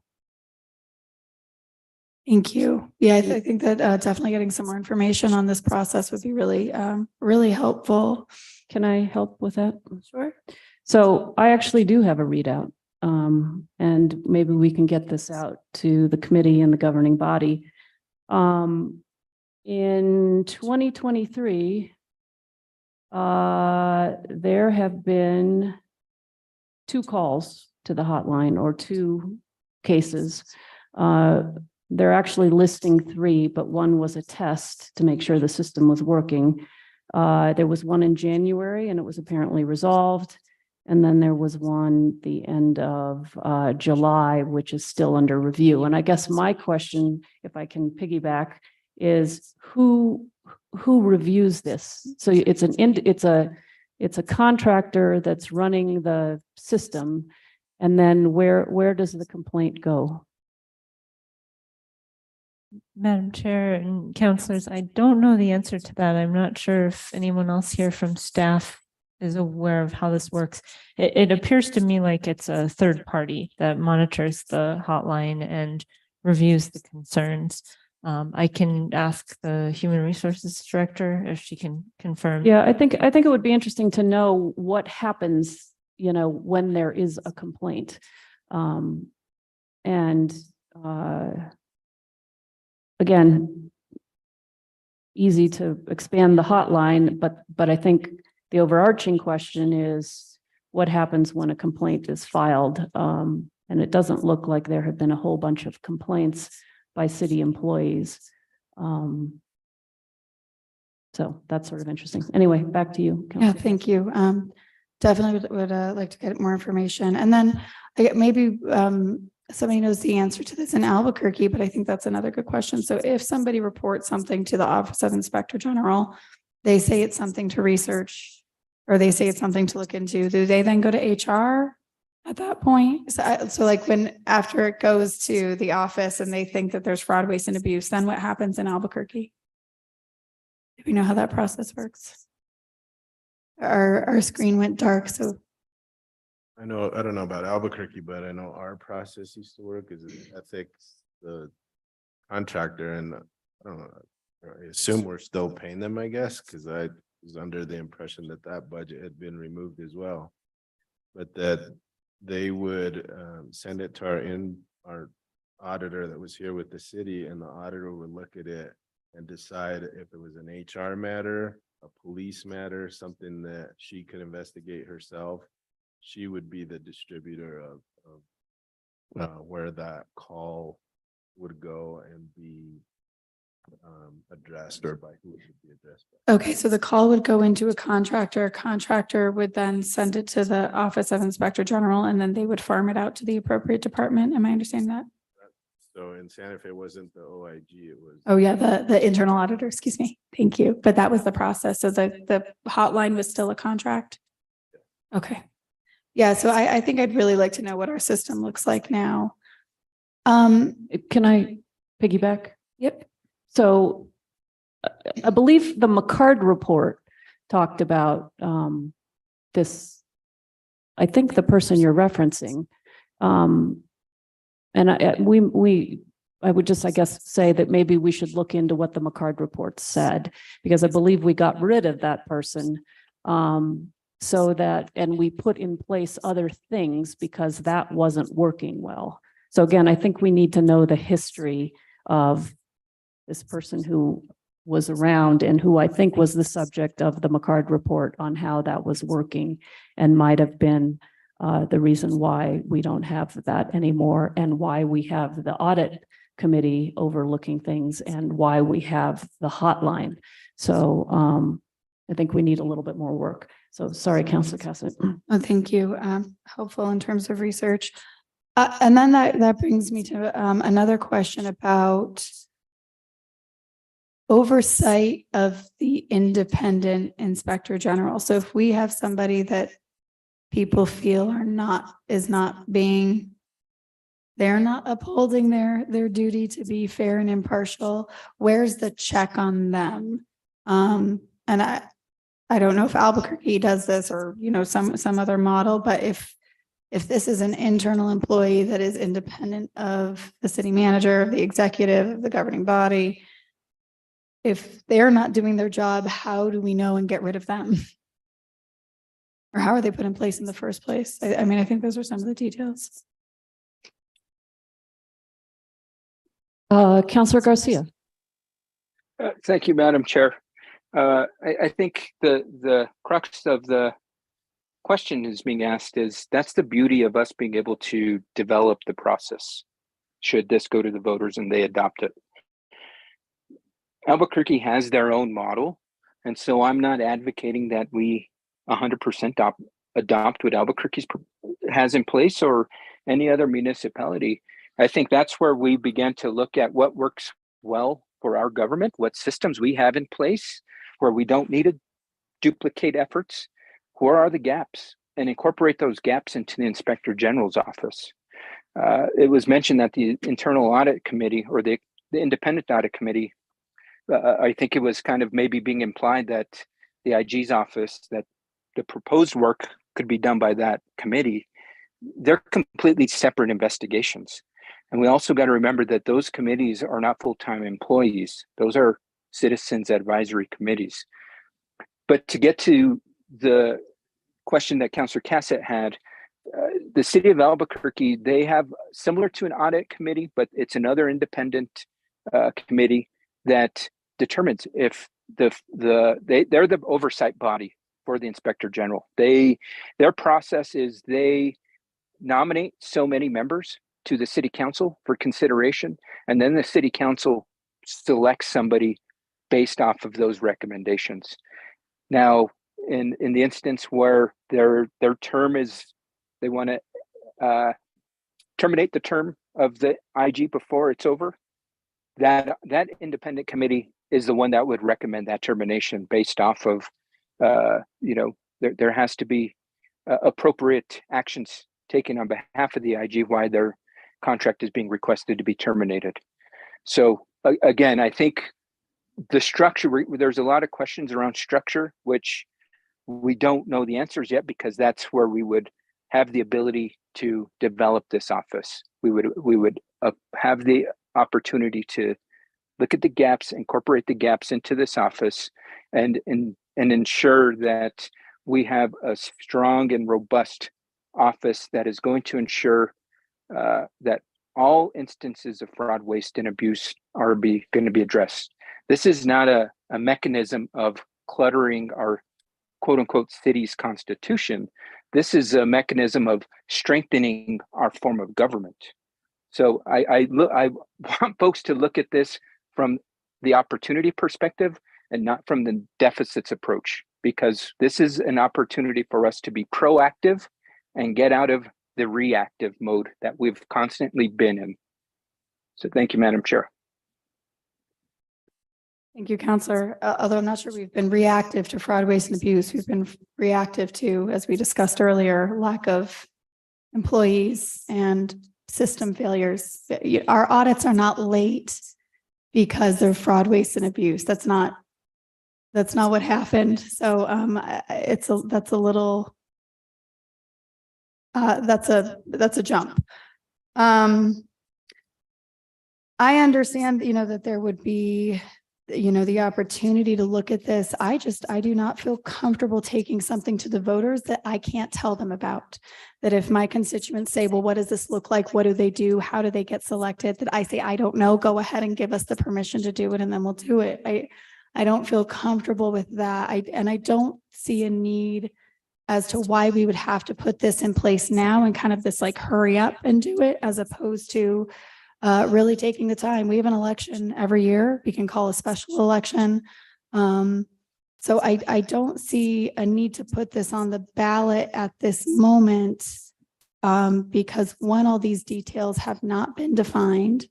And I don't really know what I'm asking voters to vote on except for a general concept. And I think that for something to go into the charter, we should have more specifics. We should know more of those details.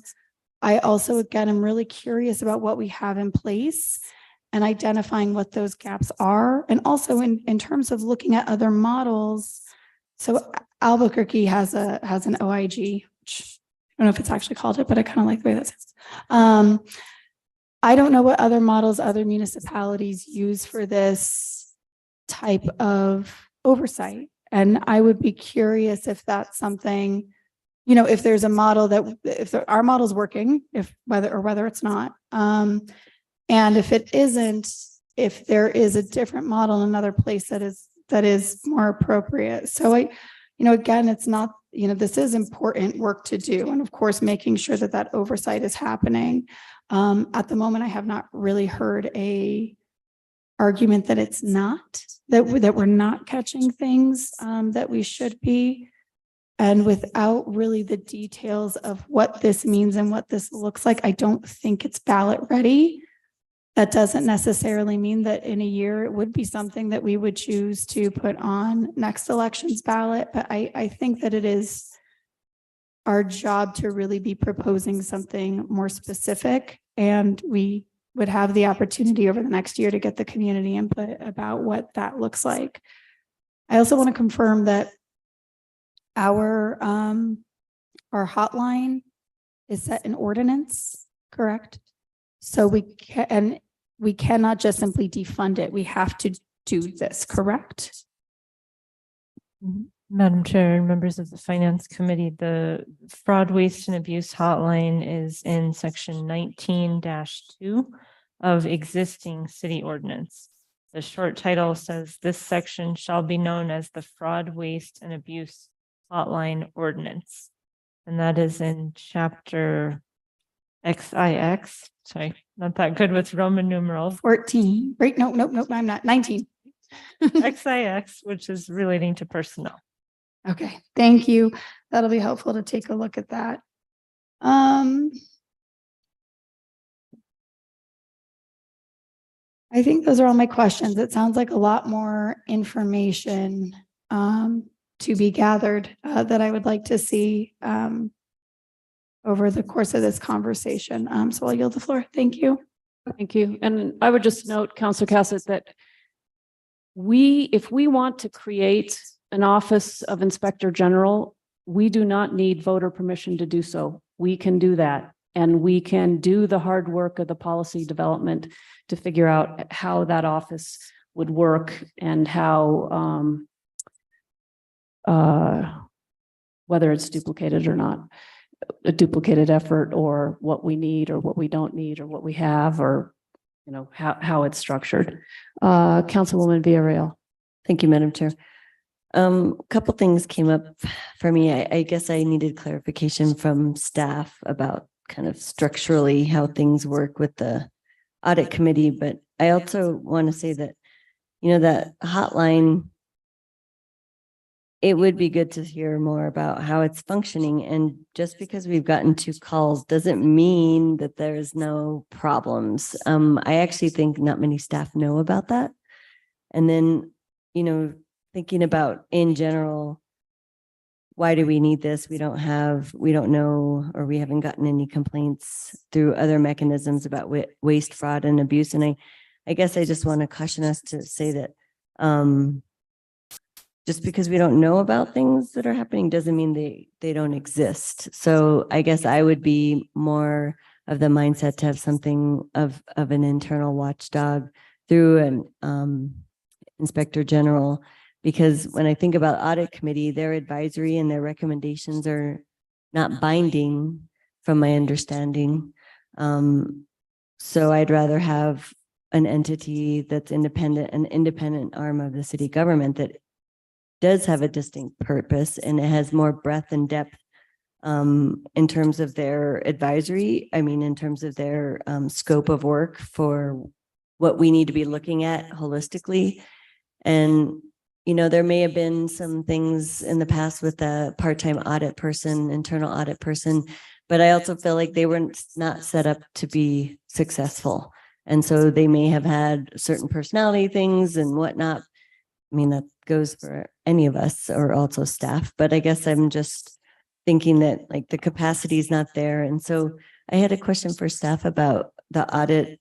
When you say audit, internal audits, are you talking about the annual internal audit we need to do? And that's when the auditing committee, the audit committee plugs into that? Or are you talking about these smaller audits that we do? I thought there have been some initiatives for smaller audit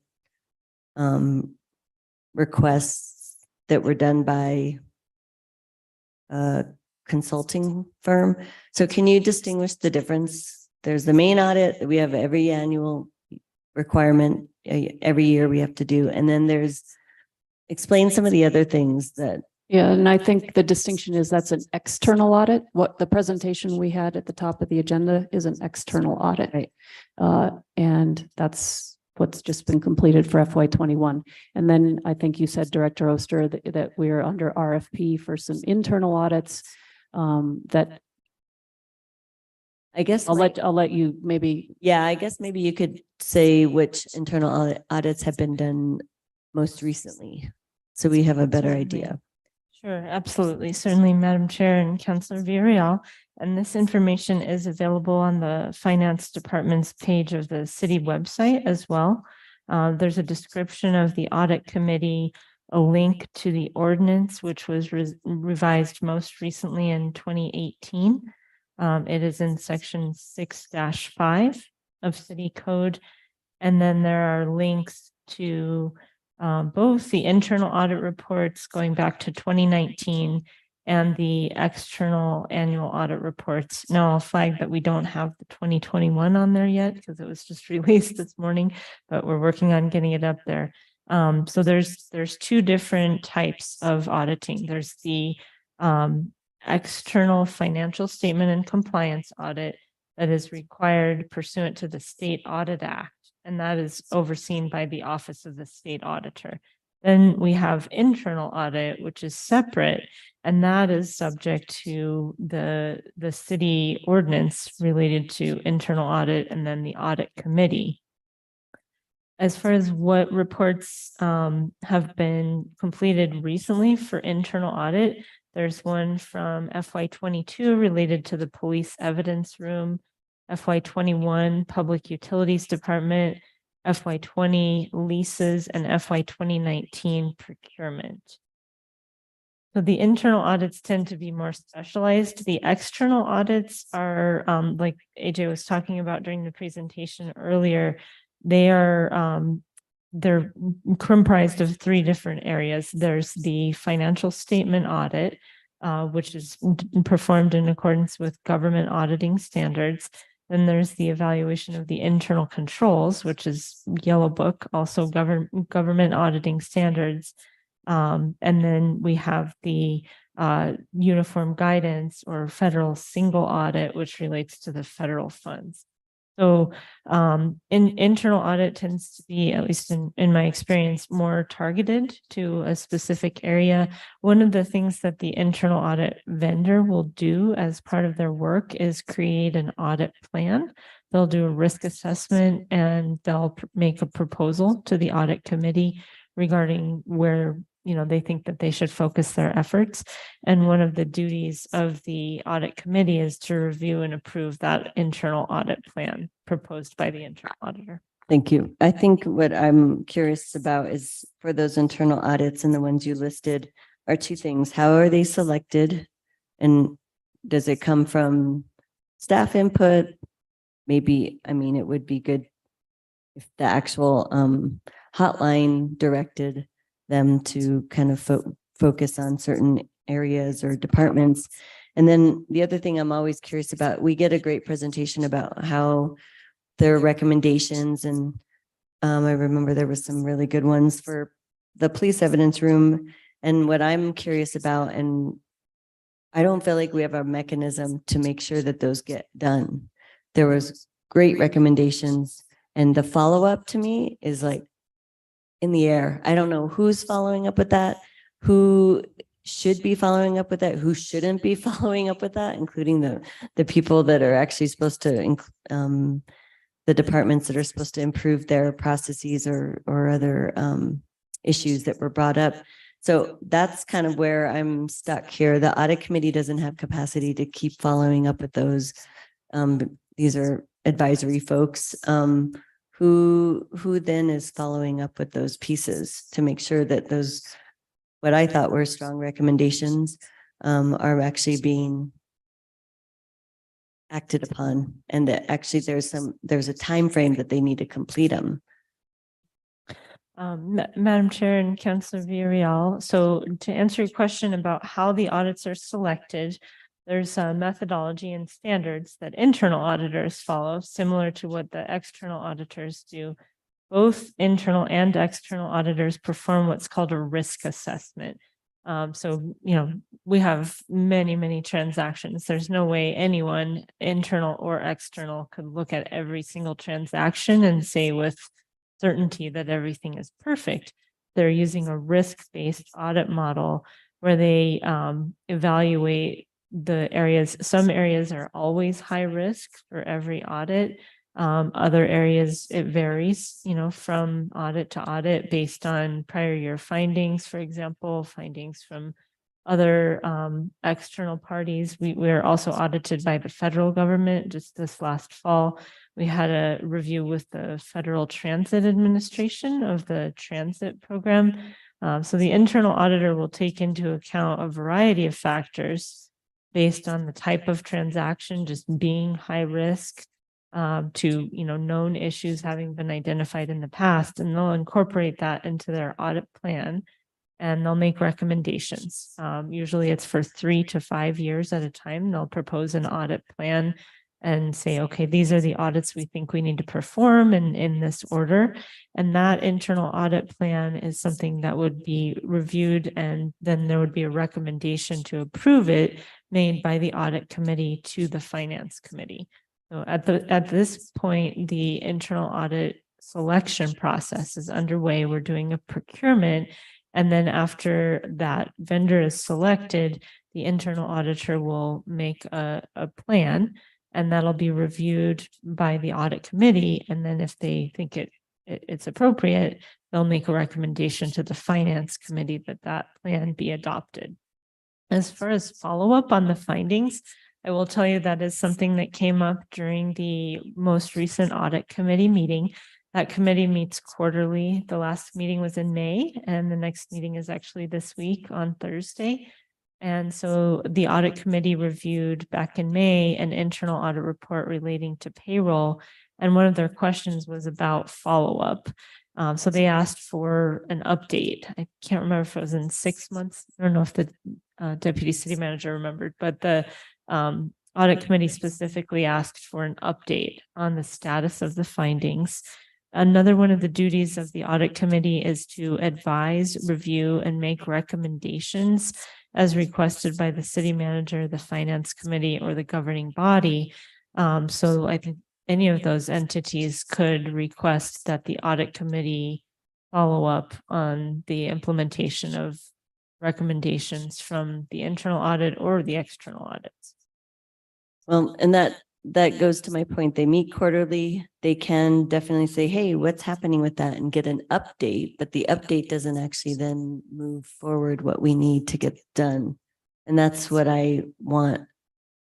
I think we need, And that's how I was envisioning the Inspector General really seeing things through to the end.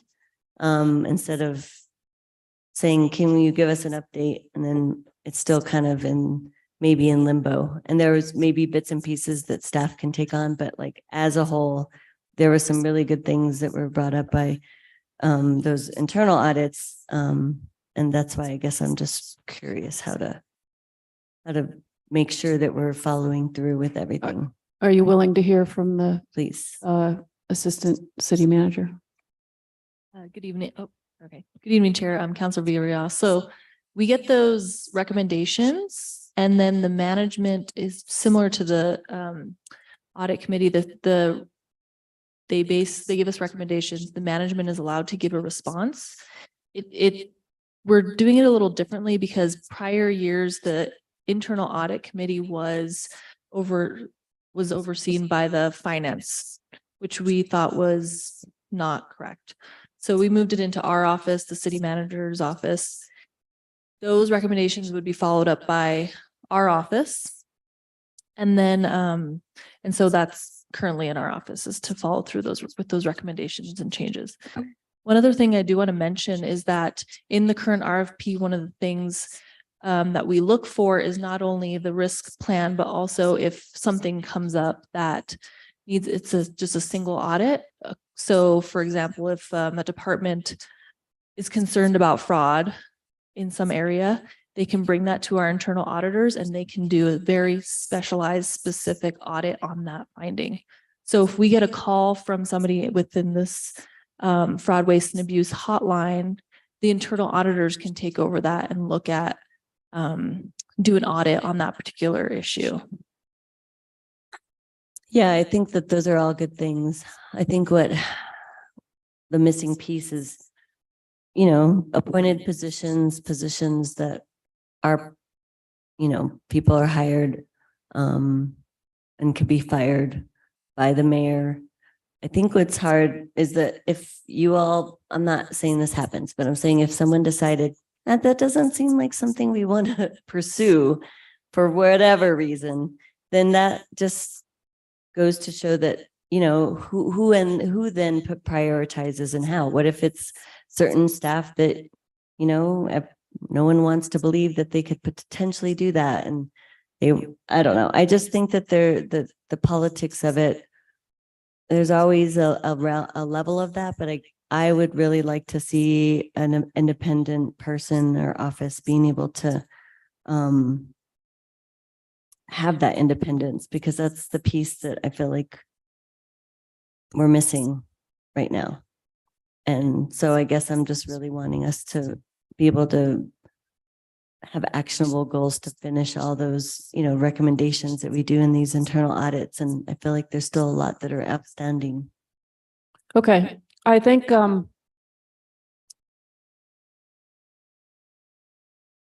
we need to move on. There's nothing, if we decide we need this, there's nothing that stops us from being able to have these conversations, do the policy development work, and create this office if it's something that we think we need. I also think, the finance committee, if there's an area you're interested in, let's say the police evidence room, I asked about that during the budget hearings. How are they doing? I think, we get follow-up in terms of, and I want to do more work in this area of oversight about how we're spending dollars. But I did ask about the evidence room during the budget hearings, and we could certainly follow up as and provide that oversight and ask about that audit and say, all right, let's go through the recommendations that were in the audit and see give us a presentation about the status, where you are. Do you have the budget resources that you need to be able to do? Where are you? Some of this stuff is bigger than you can't just, do it overnight or even in one budget cycle. So, but again, I did ask about the evidence room, and we could do a deeper dive in any of that stuff, as the finance committee and in terms of following up and making sure that things, get done. So anyway, I think we've had, Madam Chair, yes, Counselor Rivera. count votes, so I'll be brief, but if we have a contractor that's called on for specific internal audits, then they're not available to really take care of the fraud, waste and abuse hotline. And if it was implemented in 2013 and people have been calling and not getting any feedback or not getting any results, then why would they continue to call? So I think whether this passes or doesn't, that governing body, that's something we probably need to take a look at. Okay, is there a motion? Second, Motion and a second to approve this item. Can we get a roll call, please? Certainly, Madam Chair. Counselor Cassidy, No, I'd like to explain my vote. Counselor Lindell, Counselor Rivera. Yes. Counselor Villarreal, yes. Counselor Romero Worth. No. Motion Counselor fails. Cassett to explain her vote. Thank you. I do think this is a really important area, and I think Counselor Vera, the questions that are being brought up, are people reporting, are they not? This idea of we don't know what's happening, but we also don't know it's not happening. And so I think that research, that legwork, that kind of assessment of what's going on the ground right now needs to be done before we move in this direction. And so I understand we got the recommendations pretty late in the game to get things onto the ballot, but we have we have another election. So that is why I'm voting no. I don't think that means that we shouldn't continue to pursue and ask these questions. I think these are really important questions, but I think that we're putting the cart before the horse because we don't know the answer to these things. Thank you. Okay, we're moving on. Item Q. This is a bill relating to the metropolitan redevelopment, deleting the content of section 7-2 regarding urban renewal repealed by state law in 2008, replacing it with the city's metropolitan redevelopment code, section 6-13 and 6-14, amended to be consistent with state law, deleting language specific to a business capital district, limit Metropolitan Redevelopment Commission leasing authority to that specified in a particular metropolitan planning development plan, and specifying qualifications for metropolitan redevelopment commissioners. The reason why this is back is we have two amendments to consider, and about how we direct the qualifications to serve on the redevelopment commission. And I think what I'd like to do is just have a little bit of a conversation about the kind of philosophically. I know Councilwoman Villarreal, you've got a new amendment. Maybe you could just talk broadly about that. I'd like to talk broadly about mine. And then we can kind of see how the committee feels about what is necessary. We also have Rich Brown, Director Brown on Zoom, and we have with us from the City Attorney's Office, Marcos Martinez, whose expertise we can draw on. So, Councilwoman, did you want to talk a little bit about your amendment and how it works and why you're thinking this is what needs to happen? Sure. Thanks, Madam Chair. I actually think some of yours could be incorporated in mine, but this was a long, so messy, and I don't even know why, because I feel like all of us had good ideas, but the intention is to make sure that we don't have commission members that all kind of fall into the same area of expertise, that it's balanced, and that we have each area covered, if not more. There may be one person that has all five. That would be great. I think we are trying to simplify it so it's clear. And I kind of reverted back to the original language, and I want to just read how that paragraph would be stated with my amendments. It actually doesn't change that wording that I was initially trying to find stronger language. And this is kind of, I think it would be easier if I just read it. The way it would be presented from the original language that staff had recommended. So it would read on that, oh gosh, I don't know if you all need references to where to start reading. Probably a page and line number would be helpful. Oh, Marcy. Page 6, line 12. Yeah, so it starts with any person, or that was the change. Any person may be appointed as commissioner if the person resides within the city, is otherwise eligible for such appointment under the redevelopment law, and has expertise or experience in one or more of the following areas. And that's 1, commercial property development, 2, affordable housing development, 3, community planning, 4, banking or financial services, or 5, and this is where my edit starts, representing marginalized communities and taking out in need. And then the sentence that I'm adding is the commission shall include members with expertise in all 5 areas listed above. So it basically keeps what we initially had and just adds the sentence after those 5 areas. The commission shall include members with expertise in all 5 areas listed above. So then I looked at your amendment and I feel like there was some validity to a sentence that you added. I guess I just want to make sure that the one change that I think is important is that we're representing marginalized communities instead of in need. That doesn't make sense.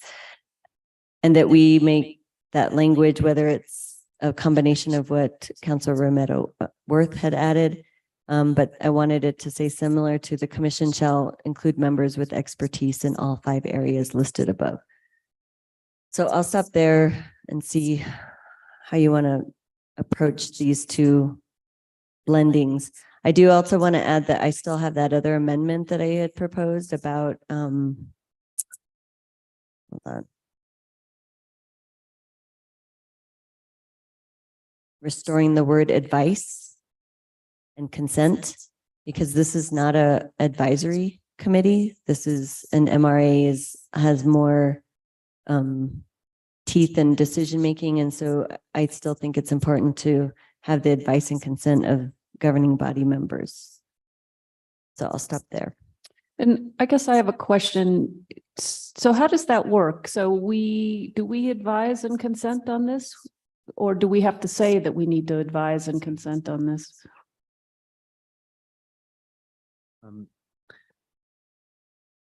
Councilor Romero Worth, members of the committee, thank you for having me. I think to answer your question, there's one provision in the charter that states that the mayor shall appoint advisory committees with the consent of the governing body. And that the language in the bill right now reflects that language, but as Councilwoman Villarreal pointed out, this is not an advisory committee. And so it would be fine, permissible for the governing body to add the advice and consent portion to this, to the appointment process. And as a practical matter, that just means that the executive asks what we think prior to putting forward the appointment? I mean, that's a good question, what the practical difference between consent and advice and consent is, but it does suggest some discussion between the legislative and executive branches, some process. Okay. So I'll just talk a little bit about my amendment. I agree, you know, I'm okay with the advice. I'm okay with marginalized. I guess for me, I want this to be, so my amendment would, and I'll just read it. Any person may be appointed as commissioner if the person resides within the city and is otherwise eligible for appointment under the redevelopment law. And then it would say, then it would start a new sentence. And it would say the commission should include persons with expertise or experience in the following areas. And those areas are commercial property development, affordable housing development, community planning, banking or financial services, or representatives of communities, of marginalized communities, if we go with Councilwoman Villarreal's change. And then it would add 2 sentences that would say, the commission should include persons with members shall be selected to reflect the diversity of the Santa Fe community and shall include a diversity of perspectives. So I guess what I'm trying to do is just trust that, you know, you're not going to have a mayor put forward 5 members of, let's say, the banking industry and say, here's my commission. I just don't think that would happen. And if it did, we would say, sorry, Mayor, we're not going to consent to that and go back, because 5 members of the banking community is not, as the sentence reads,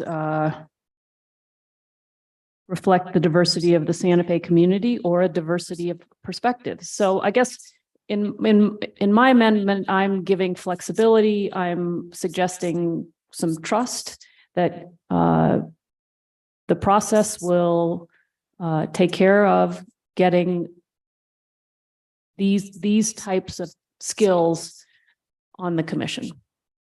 And so it just doesn't dial them in as directly. So I don't know if we have more thoughts, Madam Chair, Councilwoman, yeah. I just had a clarification for your language, which I like the wording that says the commission should include persons with expertise and experiences in the following areas. So is there a reason why you said should versus shall? We said the commission shall include persons with expertise or experience in the following areas. That requires that those areas be covered. I mean, I guess it could say shall. I mean, I'm just trying to think of it. This isn't exactly an instance where I don't think you'd find somebody for each of these, right? I mean, I think they're broad enough that it could say shall.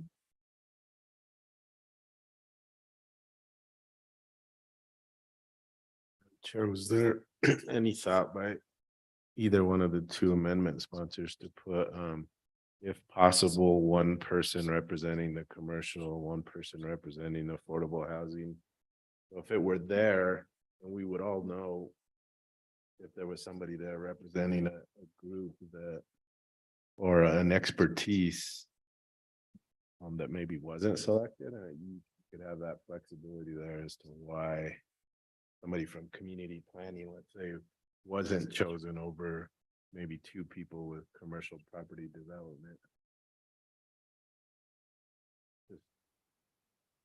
I think one of the things we talked about at governing body was that it's very possible that 1 person could be fulfilling multiple roles.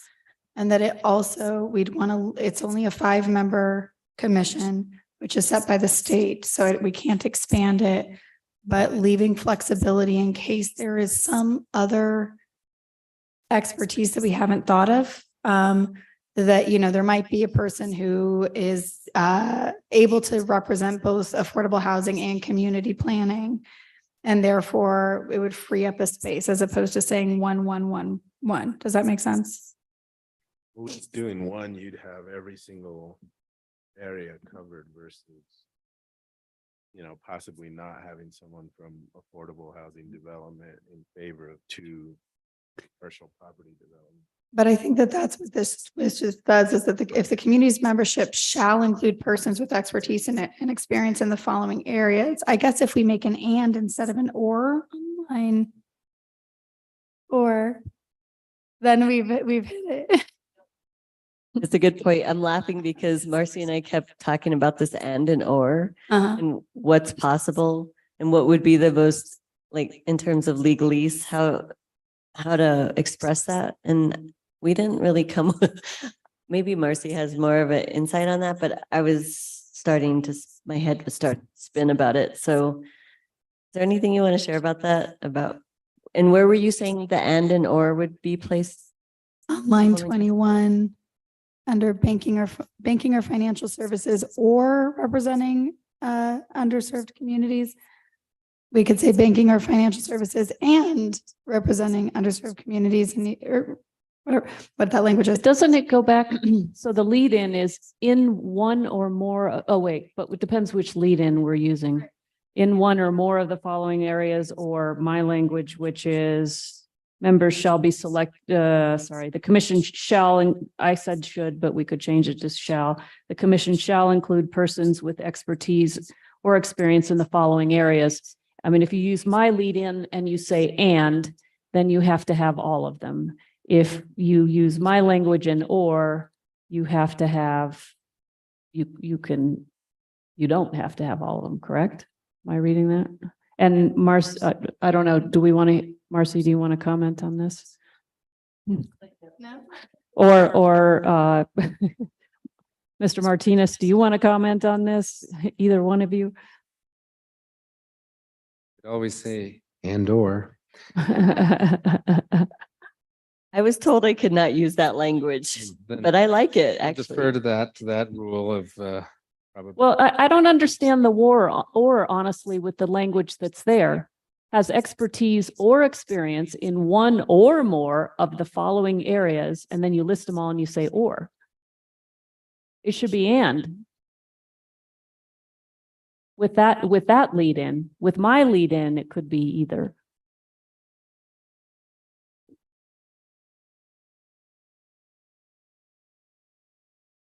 So,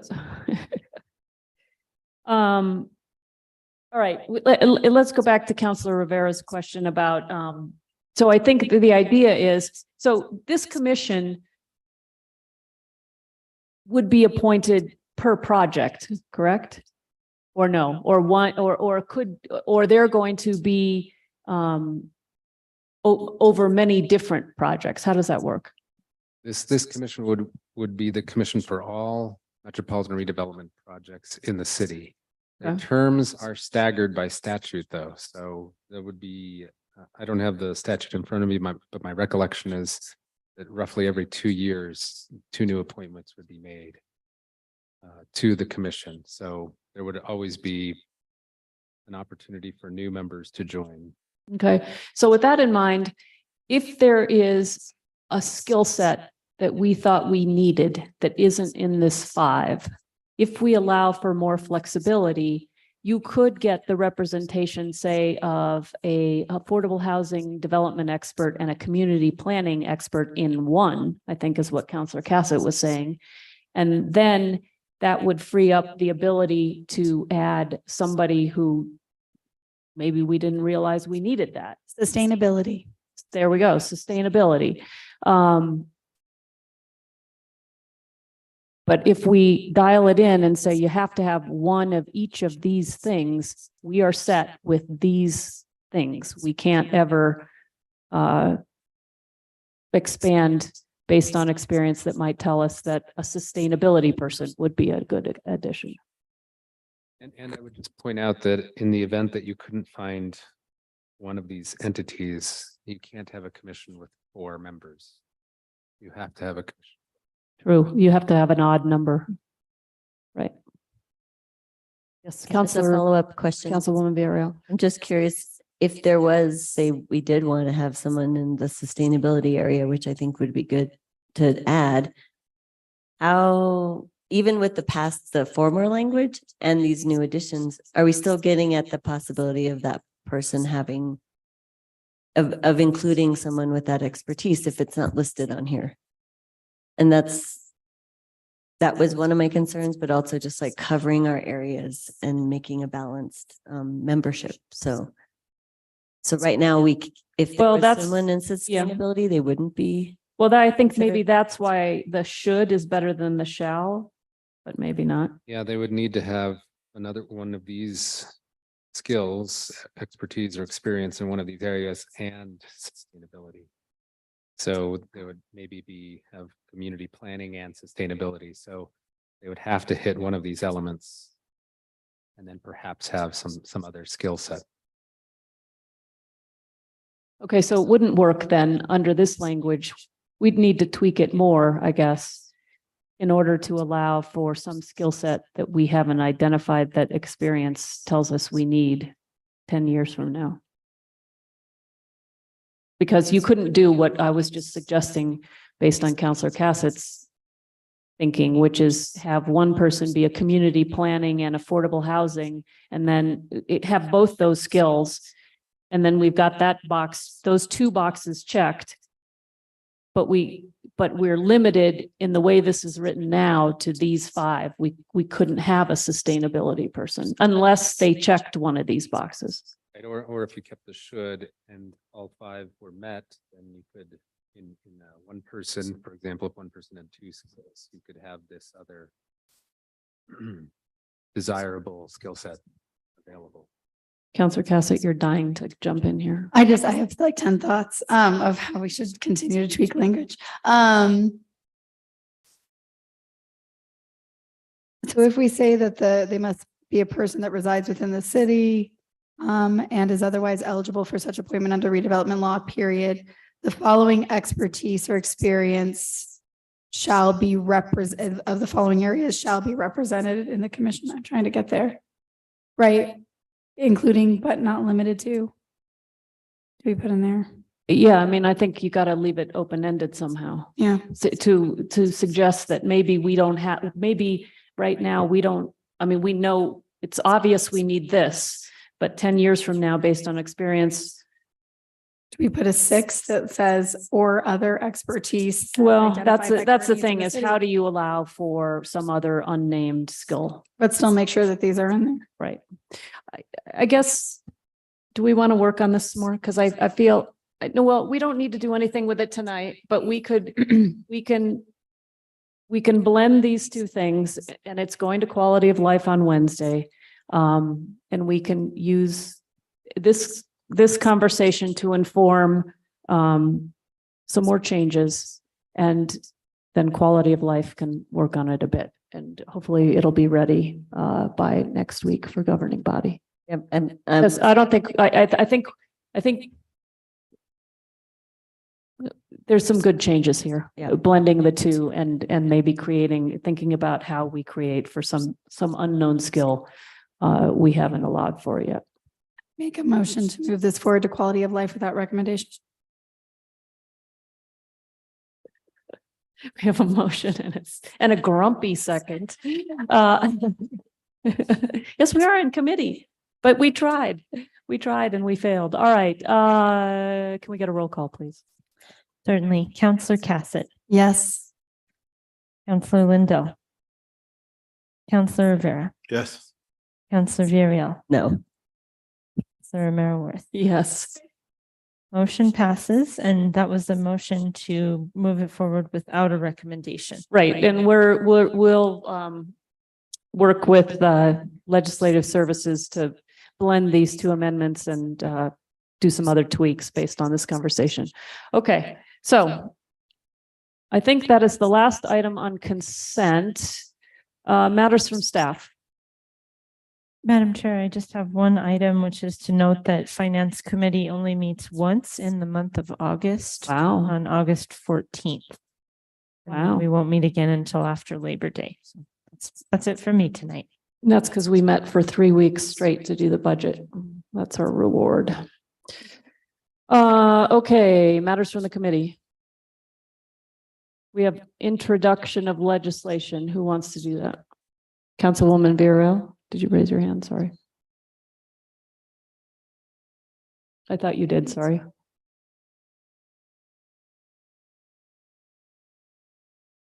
So tonight we are introducing. You want to read it? Sure. It's a resolution proposing a ballot question to be submitted to the city's voters during the November 7th, 2023 regular local election regarding amending Article 10 of the city's charter to specify the Santa Fe Municipal Charter Commission's appointment terms and functions.